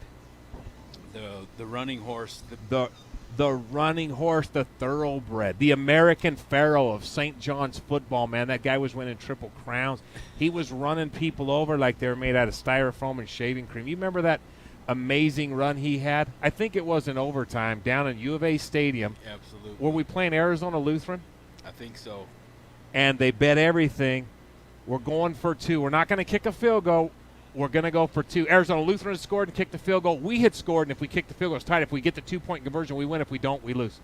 They give it to Shad Bride, the massive running back, the horse, the dog. He comes around that right side, and that linebacker hit him head up, straight up, shoulder for shoulder. He ran him over, bounced off him like a bowling ball, and scored.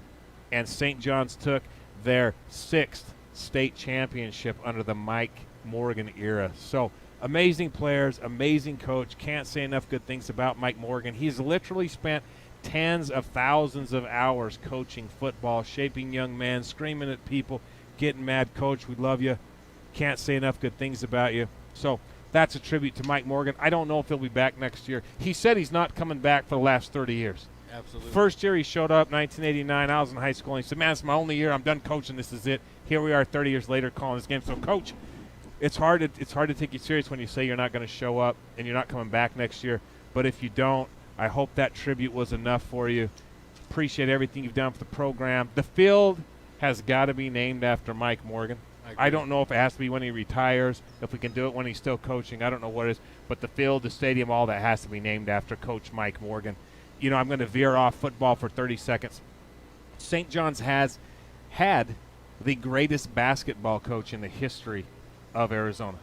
How fortunate for a little tiny school up in the White Mountains to have the greatest, winningest football coach in the history of the state, and then to have the greatest, winningest, most amazing basketball coach in the history of the state. Verl Heap went to the state championship 12 times in 28 years. He was going to the state championship every other year, and he won it 8 times. Verl Heap, I'm just by far and away the greatest coach. Phenomenal for a little school to have that. So those 2 coaches. The court is named after Verl Heap in St. John's right there in the gym. The field needs to be named after Mike Morgan right there in Little St. John's for the winningest football coach of all time. So Absolutely. Big tribute to both of them. Hats off to those amazing coaches. Just to talk, to go back to this game, Scottsdale Christian has had only 72 points scored against them all year. They've played 7 games. That means a team averages 7 points a game against Scottsdale Christian, or a touchdown. St. John's has put 2 touchdowns on Scottsdale Christian already. St. John's, on the other hand, has only had 72 points scored against them in 6 games. So extremely similar defenses. Points for, St. John's has scored 248 points, and Scottsdale Christian has scored 200, and I believe it's 56 points. So these are very similar teams, and you're seeing that play out on the scoreboard right now as they go back and forth with each other. James, what do you think we're going to see from St. John's on offense as they come out of the locker room here in a few minutes? Well, I think we're going to have to stick to what was working good for us there at the end of the second quarter. Is we're going to have to keep pounding that ball down, which will open up some chances for them halfback passes, or maybe some post passes out there. We'll just keep pounding the ball down, get 3, 4, 5 yards at a time, and then that opens up other good things. Real quick, Michael, I'd like to put a shout out to John Richardson. Love John Richardson. This Eagles football team has scored a lot of points over the season, and John has this Redskin team holding only 9 points in the first half. That's an outstanding job by John Richardson and the defense of the Redskins. John Richardson played on that state runner-up team like I talked about. I believe he's been coaching here for at least 15 years. Does that number sound right? I'm going to throw out 15 years because I believe that's accurate. It could be a year or so more, John. If it is, I apologize. John Richardson has worked his rear end off for over a decade and a half. He's an unsung hero. You're not going to hear a lot about him from the St. John's. Loyal and faithful. He's always up top of the press box. He's working hard. He's always there at practice. He sacrificed so much of his time, and he has developed these defenses and these receivers into some great, great players. Something you may not know, John may be embarrassed I share this. He actually holds the record at St. John's for the most receiving yards in a year. Absolutely. That guy would go over the middle. He would go up for the ball fearless, man. He's like that Renfro kid from Clemson. You just throw the ball out there, and he is going to go after the ball. I've seen him get spun upside down, knocked out, flipped over, and he holds on to the ball. That's what it takes to actually hold a record in the football program at St. John's. It's not easy to do. So John Richardson, your coach, is actually holding the record for St. John's, and he's back here developing these players. James, what do you think we're going to see out of Scottsdale Christian? What do they need to do? I thought we would see more from number 15, Ben Tobin, their quarterback. Phenomenal athlete, great arm, super quick, super fast in the straight line, and St. John's has done a good job, but he hasn't run as much as I thought he would. He averages over 100 yards rushing a game. He's nowhere near that. Yeah, that first drive he ran several times. Michael did pretty good on that, and then I don't know if the Redskins made an adjustment or what happened there, but it really slowed him down, and we contained him there. So we started doing a little bit more passing, and then we saw that jet sweep. They started going to the jet sweep quite a bit, and that worked a little bit, going around the outside. So I think we're going to see a lot more open offense from the Eagles in the second half. Yeah, you've got a dangerous weapon with Ben Tobin, and I expect them to open it up, like you said, James. If they do open it up like we think they might, what does St. John's need to do to contain him? Our cornerbacks are going to have to play really smart and make sure that we're playing the pass first and not trying to go up and stop the sweep. When Tobin goes around the outside, we have to make sure they stay on the receivers and not try to go up and make that tackle so he don't throw it deep over them. Because he has the talent to throw that ball 50 yards down the field on a Absolutely. dime right now. He can change the whole game with one pass right now. And if you come up to stop him on the run, he's going right over the top of you. If you don't come up to stop him on the run, he's going to do what you saw down here on the sideline a few plays ago. He's got the quickness and the burst to come right down the sideline and get 5, 10, 15 yards like that, another first down, and the Eagles keep rolling. So their fortunes seem to go as number 15 goes. He is the guy. Absolutely. He is the man, and you can see why he's so athletic. Real quick, while we've got a few more minutes, we've got about 3 minutes and 20 seconds before halftime's over. I want to thank a bunch of people that have made these productions all year long. We got a young man here with us, Kel Hancock. He's been helping us all season long. He is learning about how to put all this stuff together. He's learning about how to hook up and do fade-ins and fade-outs and commercials. And I'll tell you who's training him. There's a man sitting right here next to me. He helps us out on all these different broadcasts, and that is Victor Chavez. It looks like we're literally flying in the space shuttle right now. There's so many controls and switches and wires. It looks like an airplane wreck, man, like we just ditched it in a 747, and there is computers everywhere, and it's actually super impressive. And so Kel Hancock has been here learning all this stuff, running cameras and doing everything. And so I want a big shout-out to him and a thanks to him and his dad for letting him do all this and learning all this. Victor has been here since the inception. Victor Chavez has been here working on everything since day one. We started out with just a camera and a microphone and a few things, and now Victor's got it to where we have multiple screens. We have 4 cameras. We have live mics. We have wireless down on the field. It's pretty neat. It's a massive, massive production. And Mike Latham, who is our Superior Court judge, is the one that's funded all this. It takes a vision to make something like this happen. And Mike Latham had that vision. And he said, you know what, I want to involve our youth. He put together the Teen Legacy program. He put together the Loft in St. John's. The kids have been going there for years. They love it. Victor's been an integral part of that, and now we're building the Loft.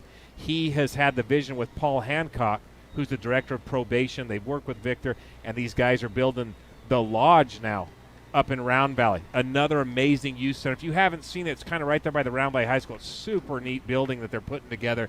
So the kids up there are going to have something to do. And so they're involving them in all of these activities and teaching them skills that are going to translate past high school if they want to go into these types of things like the creative arts, videography, filming, television, radio production, and all those types of things. So a huge shout out to Mike Latham, to Paul Hancock, to Victor Chavez, and of course Kel, who's here with us tonight.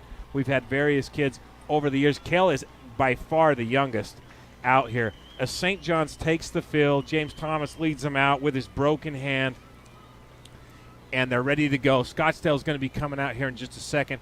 We've actually got Legacy Teen Productions is our youth group that's led by Victor, by Mike Latham, by Paul Hancock. They're the ones that bring all this equipment. They've traveled through the snow. The kids come down here. They set up the cameras, the microphones. They do an amazing job. So Legacy Teen Productions and everybody that's made that happen over all the years, thank you so much. Of course, we have the Apache County Youth Council that helps us out with everything, and the Youth Council is a 501c3 nonprofit organization, and so we have all these different members who help us out on the Youth Council. I want to say a huge thank you to them as Scottsdale Christian comes out to take the field. But the Apache County Youth Council is people like Preston Raven with the Health Department, Donna Hauser with CARE AZ. We've got Springerville, St.Johns, and Eager Police Departments. We've had the Apache County Sheriff's Office. Of course, Little Colorado Behavioral Health. Want to send a huge thank you out to them.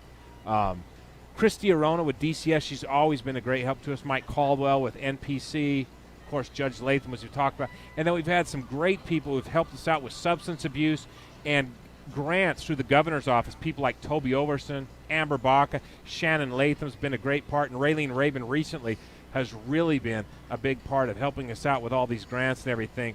And we've also got, I talked about the Lodge and the Loft. Those are some really, really neat teen centers. If you haven't been there, go see the Loft in St. John's, and the one that's going in up in Round Valley that's called the Lodge, that's just a bigger, nicer, brand new version that's going to be up there for those youth. And so amazing facilities that Judge Latham has brought on for everybody to enjoy. So a huge thank you to Judge Latham, Victor Chavez, as we talked about, and of course Paul Hancock for all the help they've given us. We've got a lot of football ahead of us the second half here. My name is By Whiting. I'm sitting next to one of the greats, James Thomas, multiple state championships under his tenure playing for Mike Morgan. He's given us a breakdown of what he's seeing on the line, the running backs, quarterbacks. He's coached for St. John's for years. He's coached Little League. He's coached junior high.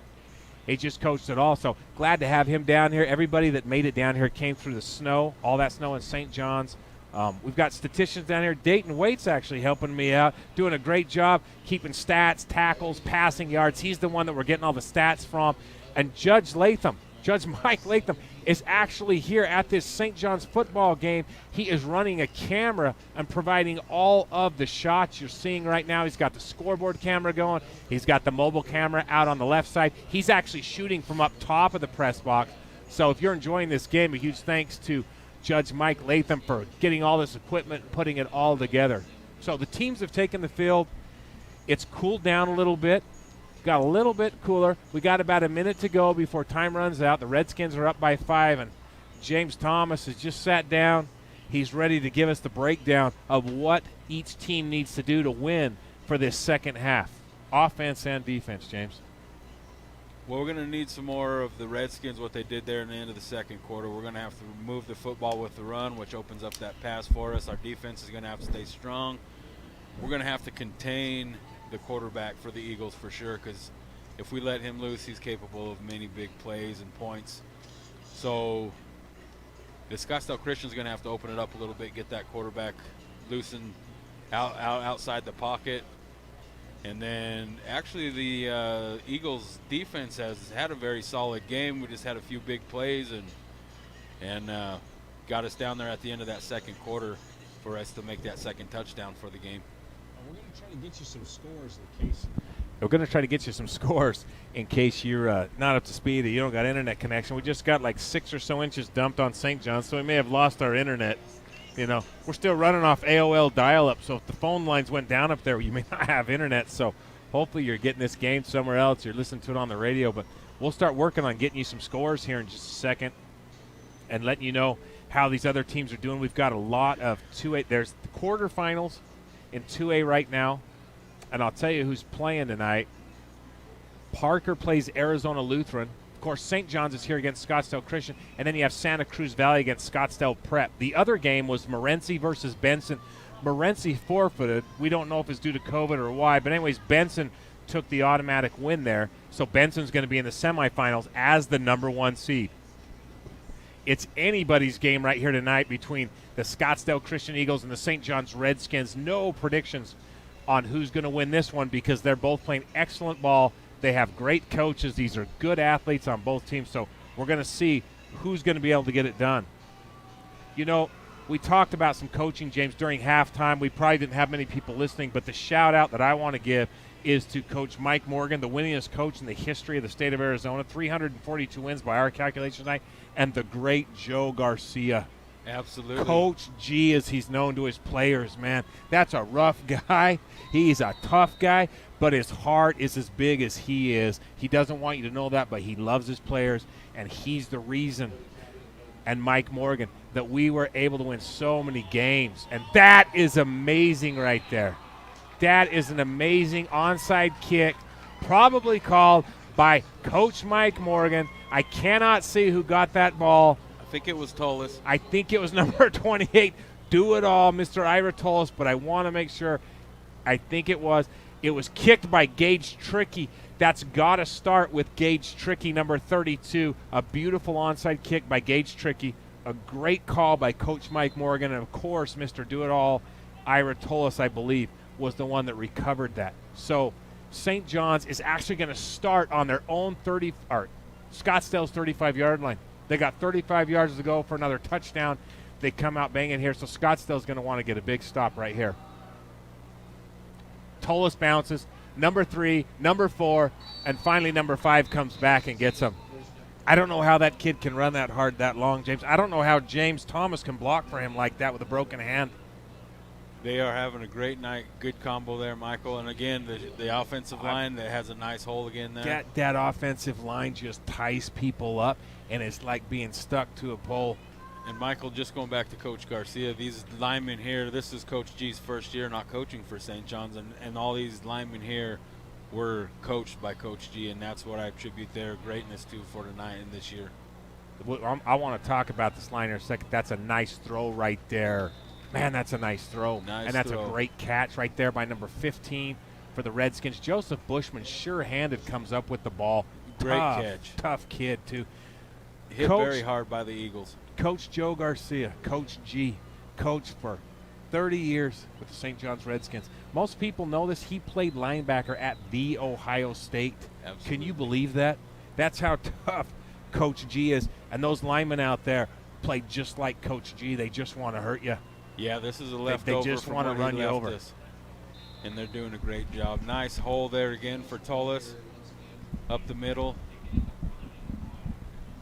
So what the Redskins are doing is what Coach Joe Garcia, Coach G, would want to see done, and what James Thomas wants to see done as a former All-State lineman himself. These guys just want to let those big horses go, and they just want to run you over.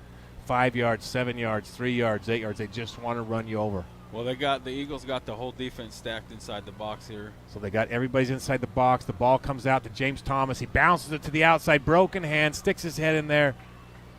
Gets the yards. It looks like he may have enough for the first down. If he's not, he's going to be a little bit short. That's a great job by Scottsdale to flood that right. Scottsdale has a great job pursuing. Absolutely. Good defense right there. The Eagles are coached super well. The Eagles take great angles to the ball. They don't get sucked into the blocks. They take great angles to the ball, and you just don't get to the outside very often on them. Super fast. And you see that with their cornerbacks on the outside. The way they're able to make up ground, you just can't get out around the outside. So it's going to be interesting to see what St. John's runs. St. John's can get a first down if they get to about the 3-yard line. Absolutely. So it's not first and goal.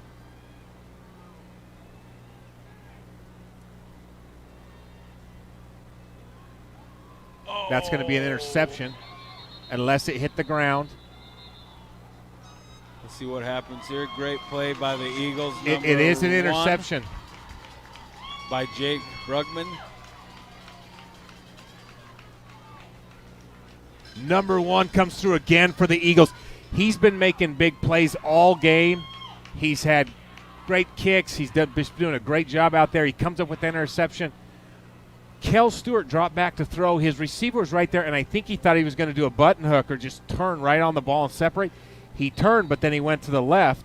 The ball was thrown before he turned, and instead of stopping on the ball like a button hook or a dime, the receiver went to the left, and the ball went right to Kel Brugman.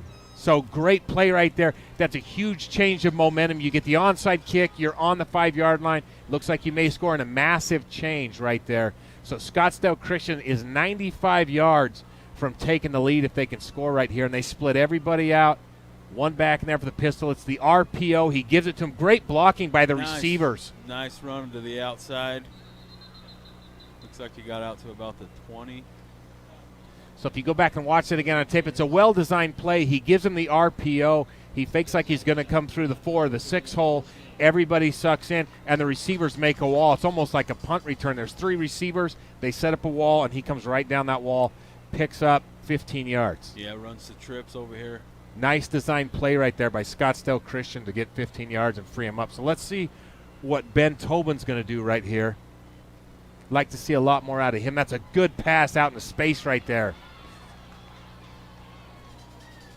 He's still up and running, Michael. He's up and running. He got speed. He's out to the 49-yard line. It was a nice Almost to run. midfield. It looks like there's either a flag. Yeah, they're going to call holding right there. Looks like they're going to call holding on the 20-yard line. You can see that flag out there. I don't know if it was a hold. I saw it happen.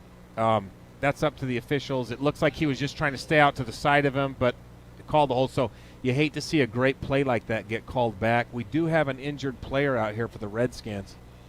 I think it's Ira Tolis, number 28, Mr. Do-It-All, the senior for the Redskins. He Looks like gets he's got up. a cramp going on, Mike. You think that's in his calf right there? Yeah. He's got a cramp in his calf. I don't know where the Pedialyte is, but who's ever got a gallon of Pedialyte needs to go get it, because number 28 for the Redskins is Mr. Do-It-All. Does everything. Here comes Mr. Block Everybody, James Thomas, in the game with a broken hand. He's going to come in there, and he's going to take over for Ira Tolis. That penalty, if they call that on the 20 where I think it is, that's going to push them back. Yeah, it's going to end up being on the 10-yard line. So it's going to be 1st and 20 for the Eagles when they start this drive right here. And that just negates 2 really good plays. Scottsdale had 2 great plays. They had that little pass out here, or what you're going to call an RPO, picked up 15 yards, and they had the great run right here. That was for another 30 yards, and they were up to basically the 50-yard line in 2 plays. They've gone 45 yards, but because of that holding penalty, they're back on their own 12-yard line. So a big turn of events there. Unfortunate penalty, but they reset the ball, and here we go. Got a man in motion, hands it up to the running back The up middle, takes goes to the outside. Brady Overson with speed out there, number 58, almost has him, and he breaks it. Oh, and he breaks it down. And there you go again. Afton Cox, number 40, with great speed, but who is that for the Christians? That's number 5. That's number 5. Davis Klassen. Wow. The 5'11 senior, 156-pounder, just streaks up the outside. Brady Overson had a chance at him, actually had him by the shoulder pads. He broke free of that, and he picked back up all those 45 yards plus 5 more. So that's a 51-yard, almost 51-yard run right there. So here we go, Ben Tobin. Everybody looks over for the play. Coach calls it in. The Redskins stay in the same formation with single coverage out here on this close side.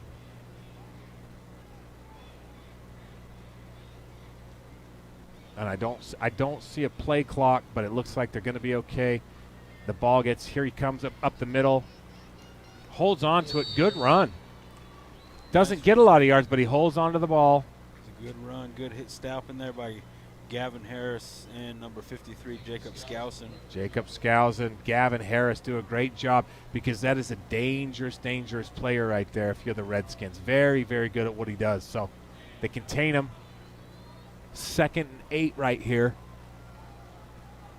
You recall this drive started at the 5-yard line. 15 yards for the Eagles. Another 30-yard run, got called back on holding, and then we just had another 41-yard run that puts him here at the 40-yard line with the man in motion. The RPO, he goes to the pass. That's a nice finger touch grab. And it throws him out. Yeah, he cut the ball a few yards behind Yeah. the line of scrimmage, and he made it back. A nice open field tackle by Case Heap, I believe. Joseph Bushman, and then Slade Nevin was out there with Case Heap. All 3 of them getting to the ball, pursuing over there. Gage Heap was over there. He was taking that man in motion. His man was the one that came in motion and got that. Nice catch there, too. Just right off the fingertips. Almost dropped it. Actually lost a yard on the play. So you're looking at 3rd and 9 right here. Big, big down. Got number 10 shooting out to the side. Number 15 with a great throw. Number 1 with the catch, Jake Brugman. Looks like he's got enough for the first down. Yeah, I think they're going to give it to him, aren't they? No, it's going to be there. Nice. We'll see. Oh, that is close. That's close. That is close. And it looks like they are after they measured it. I don't know who measured it or what changed, but there you go with the first down. First down, Eagles. And that was Jake Brugman. Jake Brugman with the Jake nice Brugman catch. with a beautiful catch. That's a great throw by Ben Tobin. He saw his guy, put it down low where only his guy could get it, and they came up with it. So the play gets called in right now. So he's going to rotate over. RPO coming off the left side for Ben Tobin. Let's see what he decides to do with it right here. Nice quick throw. It's a receiver screen. And when Still up and running. Nice effort out there by that receiver. Don't have the number. Number 1. It's Jake Brugman again. Jake Brugman is out there making it happen. Got great speed, good shift. He gets almost 15 yards right there. Start the clock, and the Eagles are driving. There's 6:50 to go on the third quarter. Redskins are up by 5. The Eagles are looking to take the lead right here if they can bring this down and punch it in. You remember last time the Eagles were down here, it got to a 4th down situation. The Redskins held, and they flipped, and Redskins went down and scored. So it's a big deal right here if the Eagles, they're probably going to keep their speed to the outside and try to stay to the corner. Haven't had a lot of success running up the middle. Bounces it to the outside. Big 58. Brady Overson pulls him out of bounds, but not after he gains 5 yards. Nice little run by the Eagles. That was a good job for Brady. He got a little beat to the outside, and he caught up to him and made the tackle. So he didn't break free for the touchdown. They're asking a lot of their defensive ends from St. John's. Big Brady Overson has got to go out there, and he's got to catch some of the fastest guys in the 2A conference. He's got to shut them off and push them to the outside. He's doing a good job of that. Still putting pressure on the quarterback, and they're still got to contain number 15 because he can beat you in one play. He can put 6 points on you in one play. And here he goes. Finds a seam. And there's Big Brady again for the tackle. Big Brady Overson, big Nicholas Patterson, and you also got number, it looks like 77, Riley Green. Just big, huge linemen out there. And you don't expect linemen that are that big to be that quick. You know, Brady Overson lists at 6'5", 220. Nicholas Patterson is 6'1", 250. And you got Riley Green, who's 6'4", 255. I mean, that's a massive line out there. And those guys are running you down. And you're just not used to seeing that with linemen that are that big and that they're that quick. Very good athletes. Joe Garcia athletes is what they are. Joe Garcia linemen is what they are. Got number 11 with a nice run. Oh, my goodness. Nicholas Patterson with Afton Cox, 53, is out there as well. Jacob Skousen and Nicholas Patterson just fell on top of number 15, Ben Tobin. Ben Tobin for the first down. I mean, Ben Tobin is like got his hands on his knees because you just got fell on by 255 pounds of Nicholas Patterson. That's a rough deal right there. Nobody. So this is 1st and goal, James. This is it. You got 4 downs to get it done. I doubt they'll kick a field goal because you're down by 5, and I don't think you're going to see a field goal. I think you're going to see 4 downs right here. And that's whose hands I put it in. Oh, my goodness, James Thomas. That's a big hit. It's a nice hit by Quintel's down. Of course, Ira Tolis is down there. Of course, Jacob Skousen's down there. We don't have the greatest view from up here in the press box right down there in that far corner, but they just blew that kid up outside. But you got to give credit to Ben Tobin because he's taken some big hits, and he's still going. He's still doing a great job down there. He hasn't given up at all. Did he take him out? Oh, you hate to see that. I was wondering about that. Ben Tobin is out of the game. He's on the trainer's table. They put in I believe it's number 9, I believe. Let's see here. Is the court. And, of course, they drop the snap. Big old sticks him back straight up. I mean, that is a massive running back right there. He does a great – I wish we knew that kid's number right there, but he does a great job running. 65, I believe it's 65, yeah? It's Will Chambers. Yep. Will Chambers, he's a 6-foot senior, 230 pounds, and he takes that ball straight up, and he gets stood up. And I believe the quarterback is number 9, Jack Atkinson, freshman, 5'9" freshman. We got a timeout. Redskins on the field right now. You- Scores 14-9. Redskins leading the Eagles with 3:47 left to go in the third quarter. James, do you like that timeout? You think that's a good timeout? That's a good timeout. We'll get to adjust on our defense with the Eagles quarterback out. They got 3rd and goal from about the 1 yard line. So this is a huge series for both the Eagles and the Redskins here. I love the music here. I love the music right here. You know, we've been watching Ben Tobin all night. He's taken some pretty serious hits, James. We've talked about the line for the St. Johns Redskins. Nicholas Patterson, Brady Overson, Jacob Skousen, Riley Green. They are hitting number 15 for the Eagles, Ben Tobin, so hard, and they're falling on him. And I don't know how you can ask somebody to last all game getting hit like that. Yeah, he's done a great job so far. We'll see if he gets back in the game. Hopefully he's okay. Super tough player. He's doing a great job out there, but, man, that's hard to just take hits like that. I'd like to see them push him to the outside, get him out in space. He's super, super quick. I don't know that they want to keep putting him up the middle and letting him take hits from those linemen like that. Well, looks like we got a timeout from the Eagles. So the Eagles are going to call a timeout, and I think what they're going to try to do is buy some time so they can get their quarterback, Ben Tobin, back in the game. He's been over here on the trainer's table. He's right here in front of us. They've looked at him. I think he wants to get back in the game, and so they want to give him as much time as they can to be ready to go because they've got 2 chances, 2 plays to punch this thing into the end zone. And to give yourself the best chance to put that ball across the goal line, you have to have number 15 in there. He's that important to this team.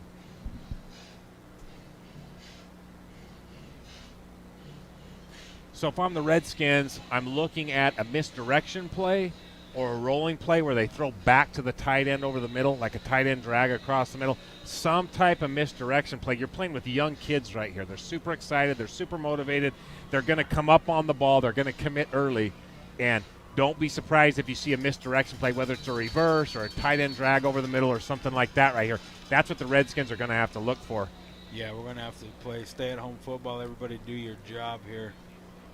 Because Looks like Tobin's back in. Number 15 is back in, and if you do not stay on him, he'll hang 6 on you in about 2 seconds. Got an RPO in the backfield. Tobin takes a snap right up the middle. Touchdown, Eagles. Nice run right there.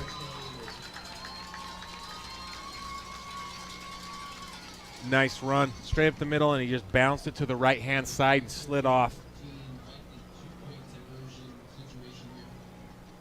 Looks like that was number 50 for the Eagles. And it looks like they are going to go for 2 because you're down by 5, you score. Of course, that puts you up by 1, and if you get 2, you make it a field goal to tie for St. Johns. So big play right here on if the Eagles can convert this 2-point conversion.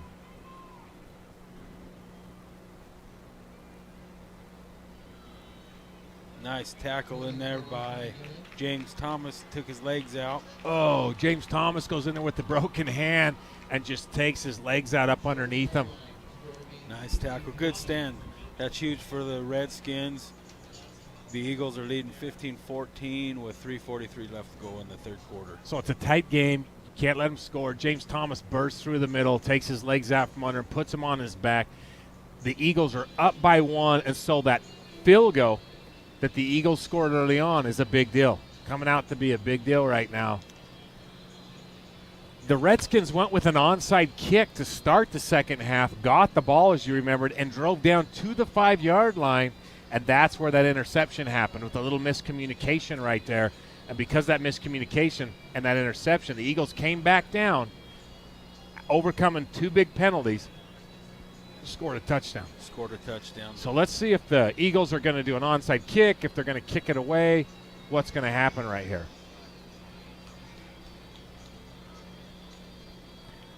They spread out.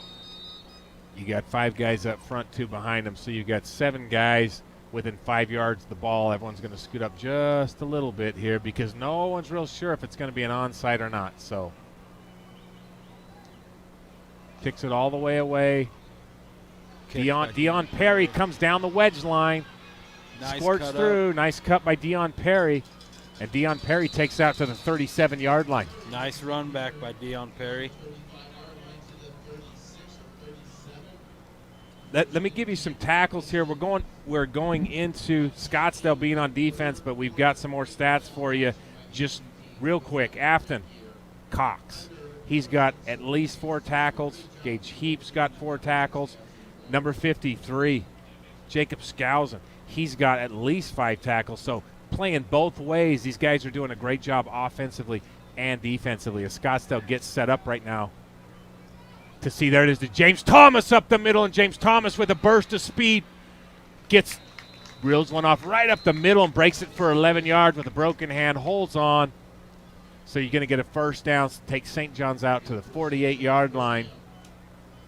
Very nice run, and again, Michael, I know I've been saying it all night, but a shout out to that offensive lineman.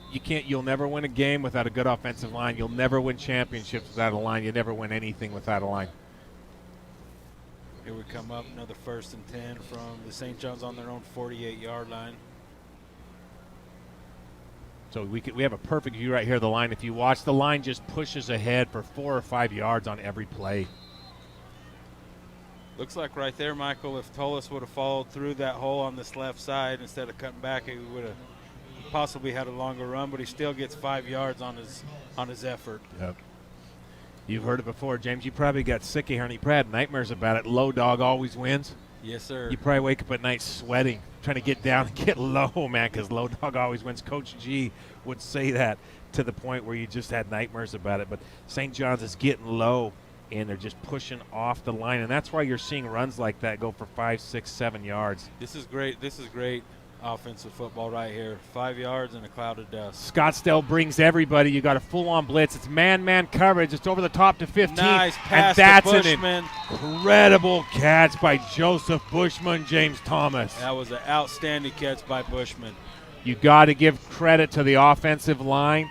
Everybody blitzed. They stayed man-on-man, and Scottsdale sent everybody. And that man-on-man coverage, you got to give credit to Kel Stewart, who made a phenomenal throw over the top, and then Joseph Bushman, the 6-foot senior, reached out and made a beautiful catch. St. John's is back in the red zone. They're on the 19 of Scottsdale Christian. 14. Yeah, you're right, on the 14. Thank you. I went to St. John's.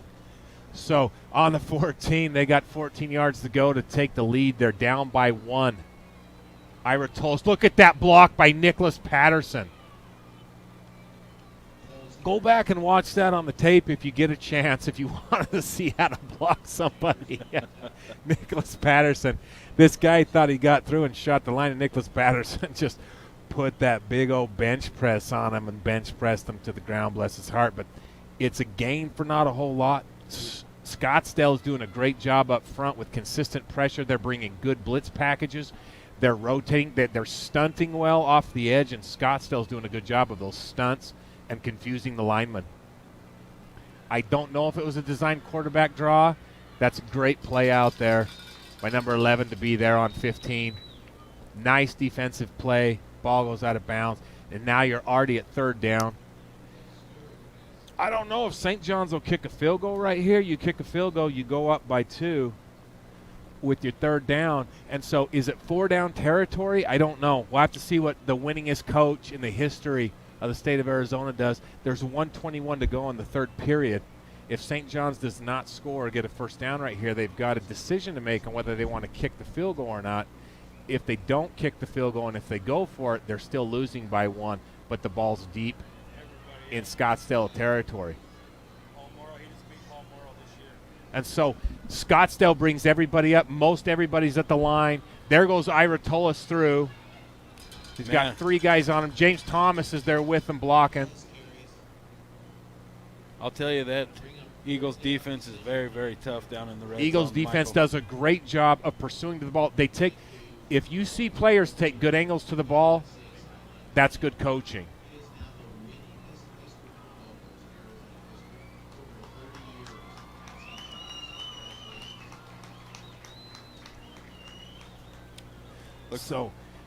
Looks like St. John's is going to go for him about 4th and 3. Looks like you got 4th and 3. What's the ball on, James? About the 8-yard line? Yeah, about So you've got to get 3 yards if you want to keep this drive alive. Here comes Scottsdale, gets through. He's getting rushed. He gets out of the way. He tries to throw it. Worst thing you can do right there is take a sack, and that's what happens. So Scottsdale holds. St. John's does not kick a field goal for the lead. And so Scottsdale's still up by 1. And not only do they take the sack and turn the ball over on downs, but it's like a 10-yard loss. And so now it's 1st and 20, or 1st and 10 on the 20. Yeah, that's another momentum changer right there for the Eagles. You know, you don't know where we're at with the field goal kicking unit. You don't know how your kicker's doing. It would be nice to see, take a kick right there, maybe take the lead. But then again, if you don't have a field goal kicker that can do it, or if somebody's hurt, you just never know what's going on with the holder, the long snapper, the field goal kicker. So the decision's made to try to go for it, and now St. John's defense has got to hold. They got to turn around and hold. Last time Scottsdale had the ball, Scottsdale was on the 5-yard line, and they went 95 yards and scored a touchdown. So here comes Ben Tobin and the Mighty Eagles out on the field. They're 80 yards from another touchdown. Tobin takes that, breaks 1 tackle. Nice tackle in there by number 34, Dason Spencer. And Dason Spencer's a 5'8 senior, weighs 170 pounds, came up from his linebacker position and made a good play. I think that was Jacob Skousen that slowed things down a little bit before he got up there and got that. So we're running motion to the right, and then the quarterback keep back to the left.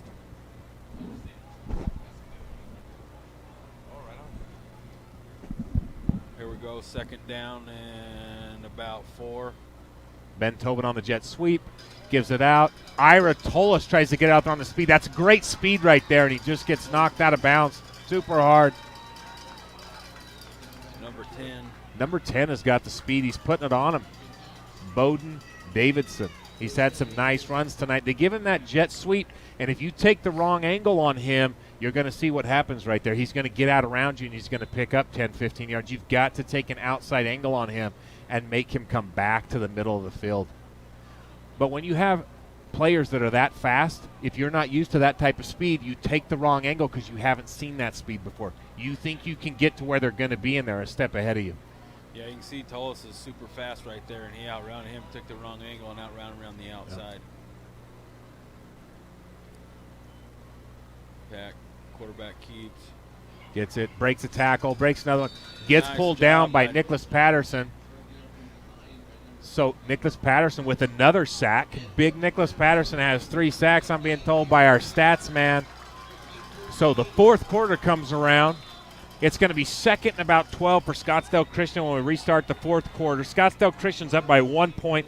Nicholas Patterson having a monster game. 3 sacks, multiple tackles for losses. He's run down this quarterback several times. And like James Thomas keeps saying, St. John's line is just really keeping this thing together. This is where we can, if we keep running the ball, people get tired, the defensive get tired, and St. John's looks a little tired on defense, and the Eagles are making a good drive right now. They really are making a good drive. St. John's is going to have to step up right here, and they're going to have to get the ball back because in high school football, 12 minutes is not a long time. You can burn up a lot of clock because people don't go fast. They'll use 20 or 30 seconds per play, and all of a sudden, an 8-minute drive, and the quarter's getting close to over. Now, Scottsdale's up by 1. They score. You assume they kick a field goal. They're up by 8. St. John's comes down, gets a touchdown, 2-point conversion. So it's still a 1-possession game is the point here, unless Scottsdale goes for 2, and then they go up by 9. Then you've got a problem.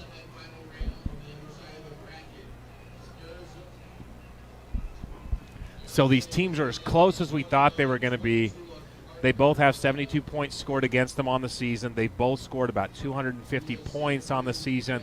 They're statistically very similar in defensive categories and receivings, rushing yards, etc. So that's exactly what's playing out here tonight is the numbers. Extremely close game. Here comes that straight up the middle, tries to bounce it to the outside, and number 22. Number 22, Slade Nevin, the big senior, 200-pound, 5'10" defensive end, just grabs that old boy and throws him down like dirty socks. Just rips him off there like a dirty shirt. You know, St. John's has always played with a chip on their shoulder. They're always going to play like a Mike Morgan team. They come out, they want to win, they won't give up, they won't quit. Ira Tolis is a typical St. John's player. You saw it right there. Slade Nevin, typical St. John's player. They just play hard every game. They don't give up. So 3rd and about 12. Ben Tobin's on the field. He was hurt a little bit earlier. He's taken some heavy, heavy hits from the St. John's linemen like Nicholas Patterson and Riley Green. So let's see what happens here. That's way overthrown. It's a nice ball. Definitely a nice ball. It's just a little bit overthrown right there. Going for everything. Needed about 12, 13 yards for the first down and went for about 32 yards. Nice coverage by the safety, Deion Perry, in the corner, Case Heap. Deion Perry is right there with them. They converged on that ball. They're playing a cover 2 off the top right there, and they converge on that ball. That's just a hard ball to make unless it's perfectly thrown. It's a hard ball to catch. It's a hard ball to make. So great job there by both DBs for St. John's. So I don't think you're going to see a fake punt here, but if I'm St. John's, that's all I'm thinking. I'm watching for it for sure. I'm just playing for a fake punt.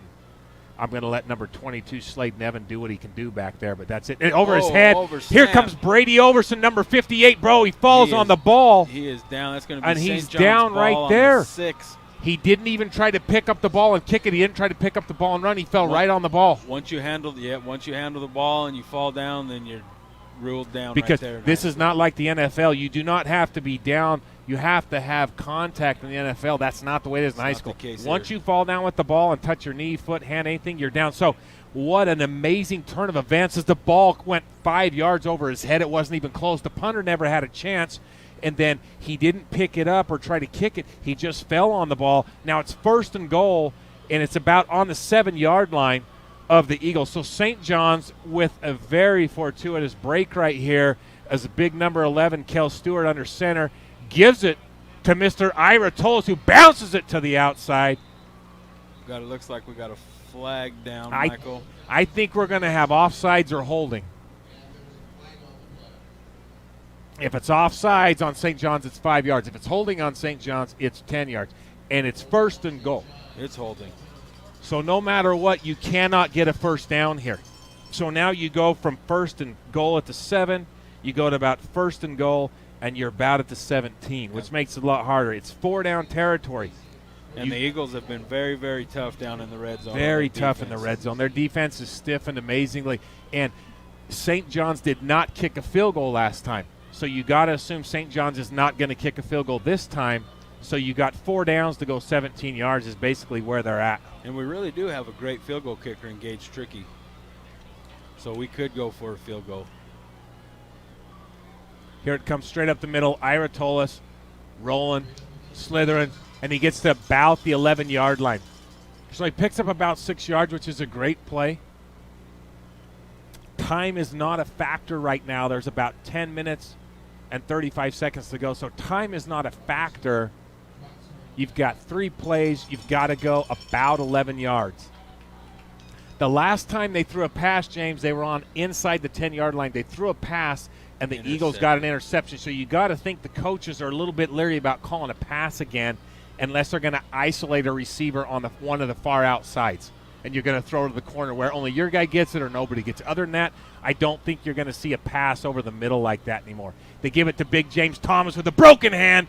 He goes up the middle, and James Thomas takes it down to the 5-yard line. Nice. Another gain, 6 yards. Now he's there. Gage Heap goes out, gets the play, talking to Coach Deion Perry. It's 3rd down and goal to go. From the 5. You are on about the 5-yard line, along 5. The Eagles have been outstanding with their defenses. Their coaches have called great defenses. They flex super well on the inside, but they also keep the outside shut down. So I think that's why you're seeing St. John's with a wishbone formation. We're back in the 90s with the wishbone. Formation. Here comes Ira Tolis up the middle, and he scores a touchdown. And St. John's goes up 6 points. Ira Tolis for both teams.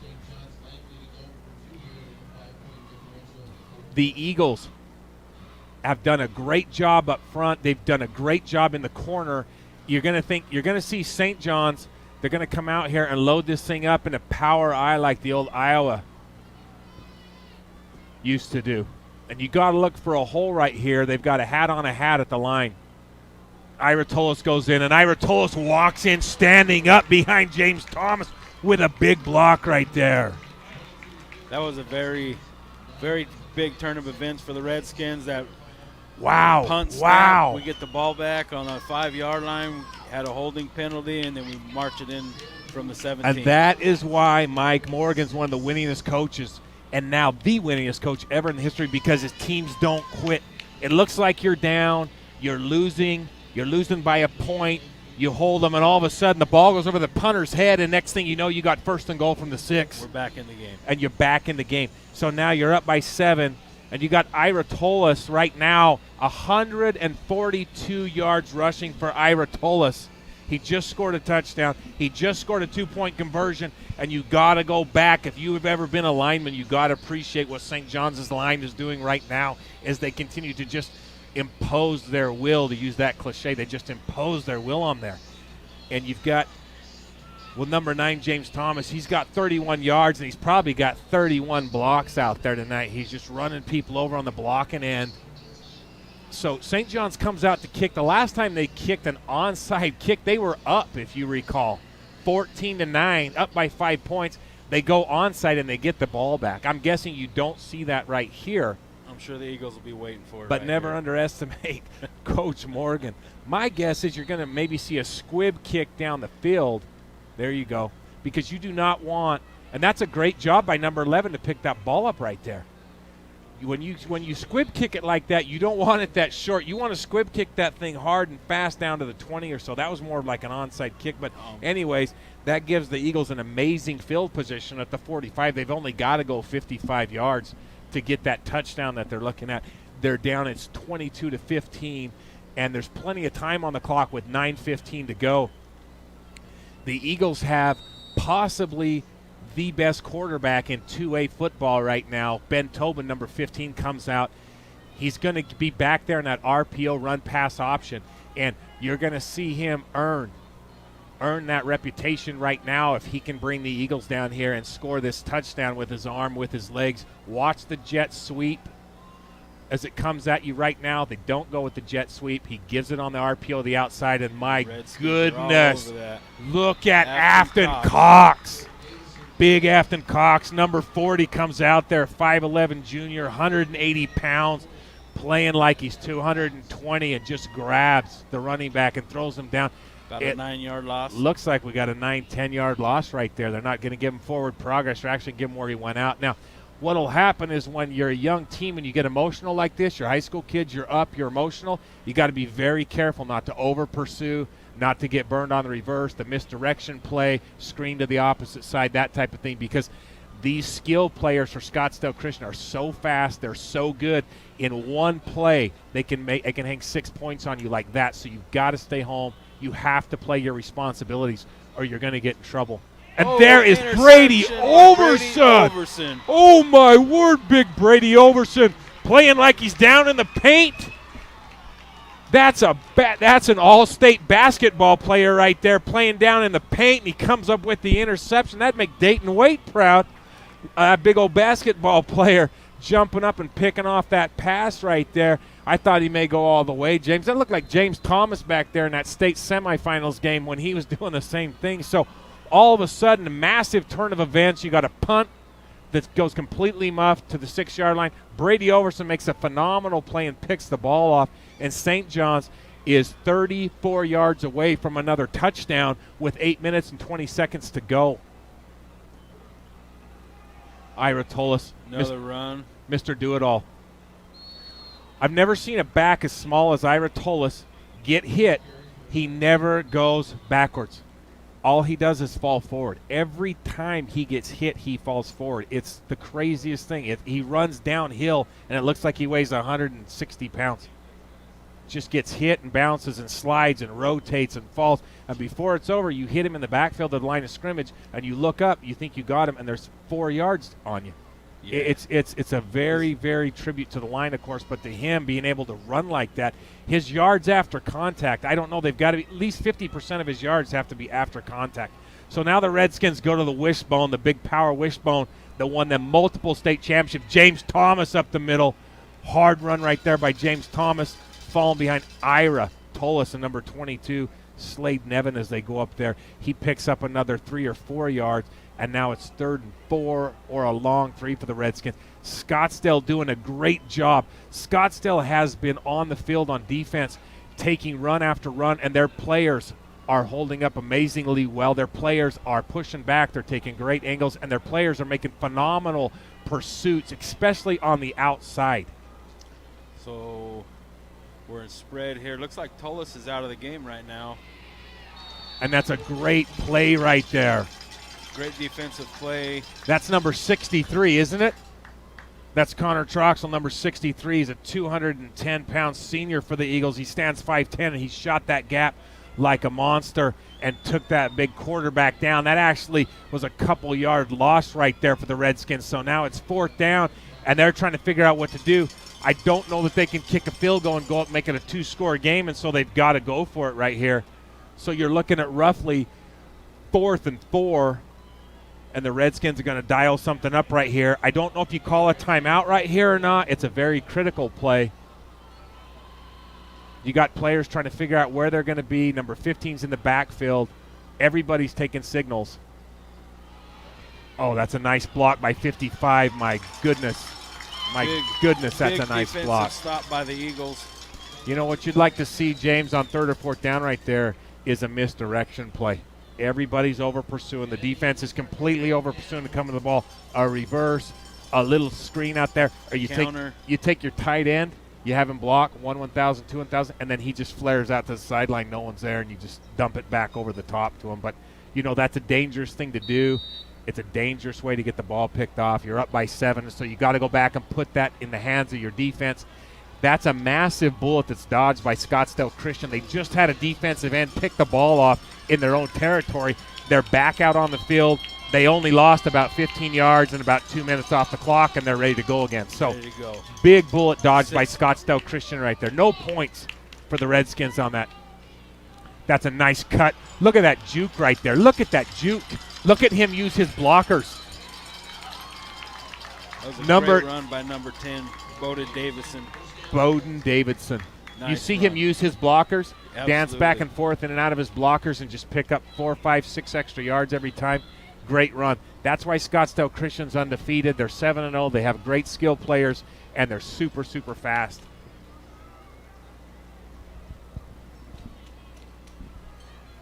Here we go. We got first and 10 from their own 48. 5:52 left to go in the game. And I'll tell you, Afton Cox is having a monster game out there tonight. He's almost up in double digits in tackles. He's just doing a great job. Good pull down, good design throw right there. He fumbles the ball, and I think they're going to call. Oh, and the Redskins get it again. Good night. I thought that ball was out of bounds, but he's going to give it to him. The refs are having a conference. Number 15 is down there. Joseph Bushman's helping out the referees, and they're talking to the head official right here. Like I said, Tony Petrick is the referee, and then, of course, your line judge is Craig Rouse. They're having a conference with the umpire, who is Michael Edwards, and the referee, Tony Petrick, are having a conference. St. Johns thinks they got it. The referee signaled that they had it. They changed it back, I think, Michael, to give the ball back to the Eagles. He called it that way. So the ball popped out. You saw it happen. Happened right here in front of us. The ball popped out. 3 Redskins jumped on it with an eagle.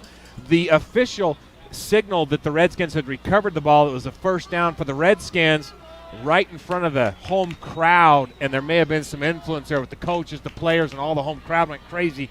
Because he covered it up right on the sidelines. I think they're saying that he didn't get possession of it before it went out of bounds. So the call was reversed or upended or overturned, whatever it was, and all of a sudden we're right back with Scottsdale Christian. They've got the ball at second down and about 4 yards to go. Scottsdale Christian is inside of Redskins territory on the 46-yard line.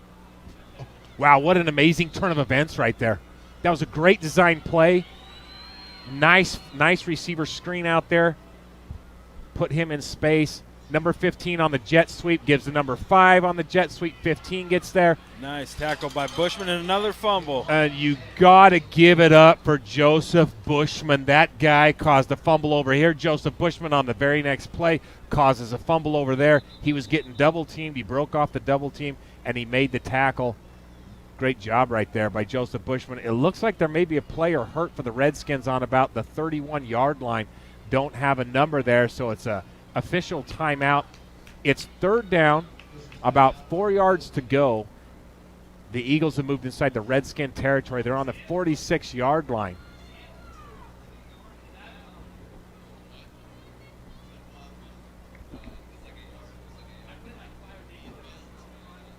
Was it inbounds? So we've got an injured player that is up. We're good to go. It happens quick. Both teams, during this game, both teams have had great opportunities to take the lead, to score, to have big plays. And this is what happens when you have two really good teams that play each other. It's going to boil down to a turnover, a big play. It's going to boil down to one mistake. And that's what you saw down there with that punt and the snap that went over the head. The Redskins have had some opportunities. Scottsdale's had some opportunities. And here we go. This is what you practice for when you start back in the summer. That's a nice throw right there. That's a big hit right there by number 9. James Thomas comes up, makes the hit.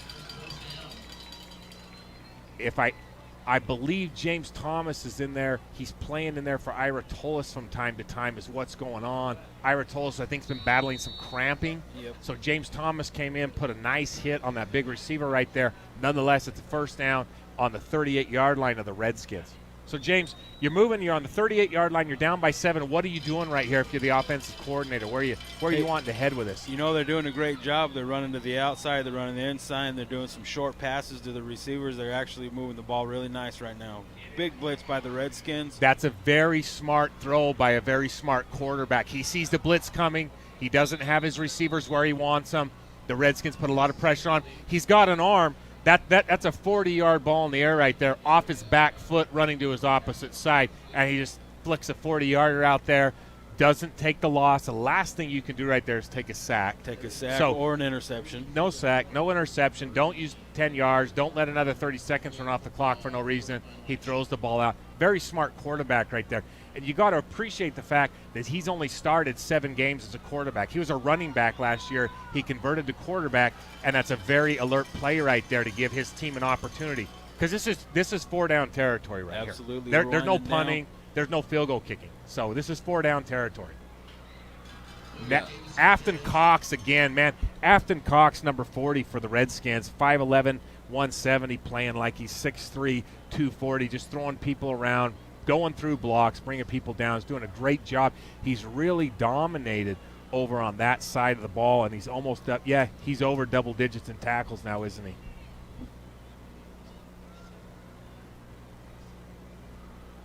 He's got 7 solos. So he's got 7 straight-up solo tackles.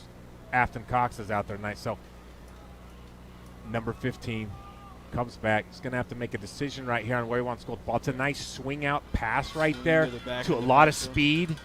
He tries to go straight through the tackle of number 22, and he gets a little more, but it's not going to be enough for the first down. You're looking about, what, 4th and 4, James? What 4th and 4. 4th and 4. So do you take a timeout right here if you're Scottsdale? You know, they may just go ahead and run the play thinking that they might have the Redskin defense a little tired. You got 3 minutes and 30 seconds in the game. That's what you've got left. You may not get the ball back. If you don't convert this 4th down right here, there's a good chance you do not get the ball back in a high school football game. Here it comes. We'll see what the Eagles do here on 4th and 4. I'd put it in the hands of number 15 if it were me. That's what it looks like they're doing. He's coming around. Great throw. Great break of the tackle. That was an outstanding catch and an outstanding run after the catch by the receiver there for the Eagles. Ran our guy over, got another 10, 15 yards.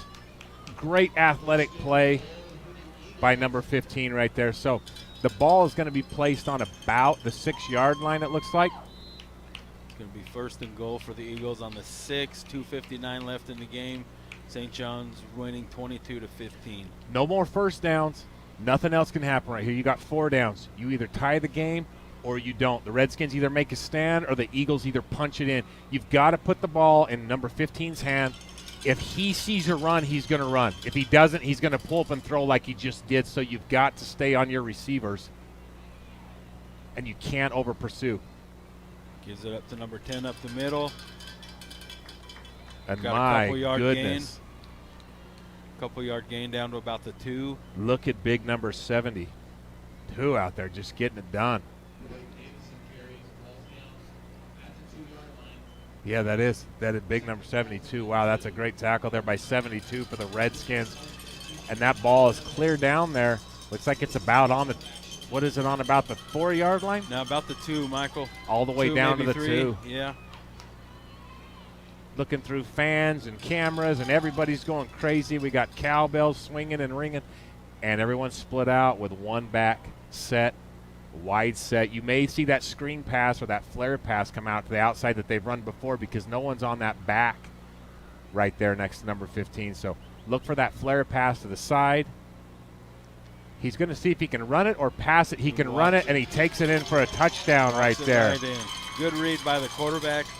Walks it right into the corner. So that's a tough play to defend right there. You got the quarterback, you got the running back, and you got 2 receivers. You got to stay on your receivers. He may flick it to the running back, or he may run it in himself, and so you just got to overload that side and take a chance. It's a good job by number 15 getting in there. They may, Looks like they're gonna tie the game or attempt to tie the game. Looks like they're gonna go for 1 here. Who's it? Jake Brugman, the kicker. Yeah, Jake Brugman's going to be doing the kicking. He's got a hurt shoulder. Oh, and the Redskins block it. They block the pass. Is there a flag? And no flags are down. No flags on the play. The Redskins come through and make an amazing block. Tell me who blocked it. Number 15, Was Joseph it Bushman. Joseph Bushman? Joseph Bushman. Joseph Bushman with the block. That guy is having a monster game. He's catching balls down here, long bombs, long receptions. He's blocking field goals. He's throwing people around, having a monster game. I don't know that it mattered, but Jake Brugman's shoulder has been bothering him. He's been hurt on the shoulder. I don't think that mattered, but he's really favoring that left shoulder, and I don't know how he got hurt. But regardless, the kick gets blocked. St. John's is up by 1. It's 22-21. There's a minute 59 to go. We are at Scottsdale Christian Academy, Eagles Stadium. Beautiful weather, a beautiful field. Great job by both teams. Wow, James, this is exciting. This is what it's all about right here. High school football, Friday night. You're going to remember this the rest of your life. This is a big game. Both great effort by both teams coming down to the wire here. I'm going to have to expect we're going to see some type of an onside kick by the Eagles, so the Redskins got to be ready for that. I always thought that the Eagles were the best team in 2A. I know they're ranked number 2 in the PowerPoints, but I've always thought Scottsdale Christian Eagles were probably the best team in 2A right now. I think they've got probably the best skill players. They've probably got the best quarterback, if not one of the best quarterbacks. Their defense is phenomenal. I think this is kind of almost a state championship type game because these two teams are so good. The Redskins are completely underrated. They shouldn't be number 7. They lost to a phenomenal Round Valley team the very first game of the year. These guys are a phenomenal team. Scottsdale's a phenomenal team. I don't know whoever wins this. You may see them as the state champion, whoever wins this game. And that's not going to go 10 yards. And so what happens is it's a penalty. The Redskins should jump on it right there. Number 40 could jump on it regardless, and you get the ball right there. Well, you can just stay back, Michael. It's a dead ball if they don't touch it. It's a dead ball if they don't touch it. I've seen players in high school and college run up there, grab that ball, and run and score a touchdown. You got a little speed, an Ira Toles type kid. He runs up there and grabs that ball while it's rolling around, and he just streaks to the touchdown, and it's game over. But Scottsdale's got to stop. Like I was saying, I think there's a 90% chance or greater that whoever wins this game will go on and win the state championship. I think these are possibly the 2 best teams in 2A. Like I said, the quarterback play. St. John's quarterback is phenomenal. I don't want to act like he's not. Kel Stewart has done an amazing job tonight. Here we go in the I formation. So power I. You're going to see a lot of James Thomas. Look at James Thomas standing everybody up. They can't take him down. James Thomas stays up. He holds on to the ball. So we get a timeout by the Eagles. 1:51 left. So the Eagles get a timeout. James Thomas picks up 3 more yards.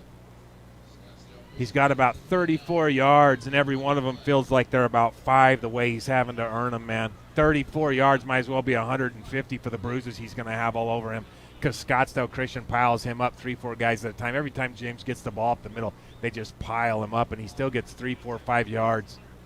So Ira Tolis is looking at going over 150 yards. Kel Stewart has scored 2 touchdowns for the Redskins. Kel Stewart has quietly had a phenomenal game. Scored 2 touchdowns. He's got first downs when he's needed to. He's made the right throws. He's made nice throws. He's had a couple beautiful throws that were dropped by his receivers. But he has played a phenomenal game for only starting 4, or maybe this is his 5th game for the Redskins. So a huge, huge shout out to Kel Stewart. So he's only a junior, James. Kel Stewart is. So you got to wonder, he's here next year. He gets more comfortable in the offense. You're going to still have some linemen left over. And so, again, Mike Morgan just continues to build. So, Coach, if you're watching this game, you got to come back for at least 1 more year. At least 1 more year. All right, under center, big power, goes right there. Hold on to it, James Thomas. They're trying to strip the ball. James Thomas gets a first down. Power running with a broken hand. And I don't see any type of flag on the field. How many? So there's a minute 44 to go. The Redskins are up by 1. The clock's running. It's at a minute 40 right now. And I don't see a play clock, but I'm assuming the Redskins are talking to the official, and they're going to take this down as far as they can. So the ref back here, the back judge, he'll start counting down. We get down to 5, he'll start counting like that, so they'll know. He's going to give them 5. You've got Coach Richardson and Coach Morgan. They're watching from the sideline. They want to make sure that when he goes to 5, that's when you're going to see Kel Stewart get up under center. He's just going to hand the ball off right up the middle. It's just going to be power football right up the middle. Back in red, wishbone formation. So Kel's looking at him. He starts counting. There we go. Kel goes under center. Kel Stewart gives the ball right there. Ira Tolis bounces to the outside. And Ira Tolis with the speed goes out of bounds. Should have stayed in bounds. But he got some yardage there. Nice run by Tolis. Ira Tolis with a great run and a bounce to the outside. You can't not tell a horse to run. When you got an All-American thoroughbred, it's hard to tell him to shut it down and tone it down a little bit. Ira Tolis goes out of bounds looking to score instead of staying in bounds, but he picks up another first down. St. Johns is on the 15, and I'm assuming they're saying, are we going to victory formation? Are we going to nail the ball? Scottsdale's out with 58 seconds to go. St. Johns. I'm not sure they have any timeouts left. And even if they do, you've got 4 downs to run the clock out. So really right now, St. John's probably ought to call a timeout. Okay, they do. That's what I was saying. St. John's ought to call a timeout, talk to the team, make sure they know the victory formation, talk about when they're going to hike it and snap it. The worst thing in the world is you get a fumble from center to quarterback. Some guy nose guard jumps on it, and all of a sudden they got the ball back. So smart timeout by St. John's. They're going to figure this out because they've got 4 downs to kill 58 seconds, which they can do because Scottsdale doesn't have any timeouts. Wow, James Thomas, what an amazing game, driving down through the snow, fighting the weather, getting here. I cannot say enough. The St. John's bus actually broke down on them this morning on the way down here. The bus literally broke down on the way down here. Yep. So the bus breaks down, but St. John's doesn't break, and they just keep it rolling. It's another Mike Morgan game. Grind it out, chew your fingernails off. It's up, it's down, it's fumbles, it's onside kicks, it's interceptions, defensive ends getting interceptions. Phenomenal players from Scottsdale Christian making plays, amazing speed athletes that they have, and it boils down to a 1-point game where you've got Kel Stewart. Looks like you called it right, Michael. Looks like we're going to go into victory formation here. And the ref is right there to make sure nothing happens. Scottsdale, I think, if they have a timeout, they're going to call it. Yeah, so they use their timeout, and that stops the clock with 53.6. And so 1 point, you got to go back and remember that blocked extra point. Joseph Bushman comes through, the senior comes through, blocks that extra point, and all of a sudden a sure tie turns into a 1-point game. And then if something goes completely wrong, St. John's is going to have the opportunity to go home with a 1-point victory on the road, coming down to a phenomenal Scottsdale Christian team. Like I said, I've always thought Scottsdale Christian was the best team in 2A. They've got the best skill players. They've got the best quarterback. They've got a phenomenal line. They are excellent coaching, and they've done a great job here tonight. You can see how good they are. Yeah. I know there's another team ranked above them, but Scottsdale Christian has done a phenomenal job. They're athletes. The athletes that we've seen all year, Scottsdale Christian, man for man, has the best athletes we've seen all year in 2A football. Very well coached. They're to the ball every play. Their defense flies to the ball. Very good team. St. John's, phenomenal amount of heart, super tough. Just to say it one more time, we got players out there playing broken hands and things like that. They're just tough. They're gritty. They're a Mike Morgan team. They're not going to give up. They're not going to stop. And the line for St. John's has just been phenomenal. I think that's the difference of the game tonight, Michael, is that offensive line. I know we've had some great outstanding rushing by Tolis and Thomas, and Bushman's made some great plays, and all the skill players have made some great plays, but right here at the whole game, we've just been able to march the ball down, and the offensive line for the Redskins has done an outstanding job tonight. And I hope I don't miss anybody on the offensive line, but guys like Riley Green, Brady Overson, Jacob Scows, and Nicholas Patterson, Jay Wall. I mean, they've just been phenomenal. Afton Cox on the defensive side of the line, phenomenal game for Afton Cox. I mean, the lines have just been incredible the way that they performed tonight. One more snap, and this is going to be over here, Michael. You've got 11 seconds. They take the victory formation. Scottsdale does what I would do, that you got to play to the end. And Scottsdale wants to play to the end. They do. Ira Tolis goes off the field. He earned the victory. He does a backflip. Ira Tolis with the backflip.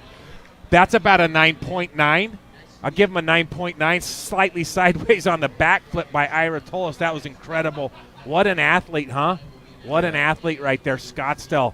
Amazing game. One of the best games, possibly the best game so far in the 2A. That was so an far outstanding in the football game. 2A conference might have been the best game we've seen so far. This is playoff football right here, and this is what we expected from a Mike Morgan team. So to recap real quick, Ira Tolis, an amazing game, 142 yards. You got Kel Stewart. Ira Tolis had one touchdown, right? Oh, he came with 172 on that last bit run. So Ira Tolis almost has a 200-yard rushing game. He has a touchdown. Kel Stewart quietly has a phenomenal game. He manages the game. He makes great throws. And Kel Stewart rushes for 2 touchdowns of his own when we need him. James Thomas rushes for 34 yards and 35 blocks, has an amazing blocking game. And then you've got Joseph Bushman with amazing play. We've talked about the line all night. I hope we haven't left anybody out because everybody did a phenomenal job. Now, even down to our kicker and our holder and our long snapper did such a good – thank you. See you, Coach. Did such a good job tonight with everything. So we're going to go ahead. Victor, thanks for bringing this to everybody live. It was an amazing win for St. John's. I can give you a quick update if you want to stay around. St. John's beats Scottsdale Christian. They are going to play in the semifinals.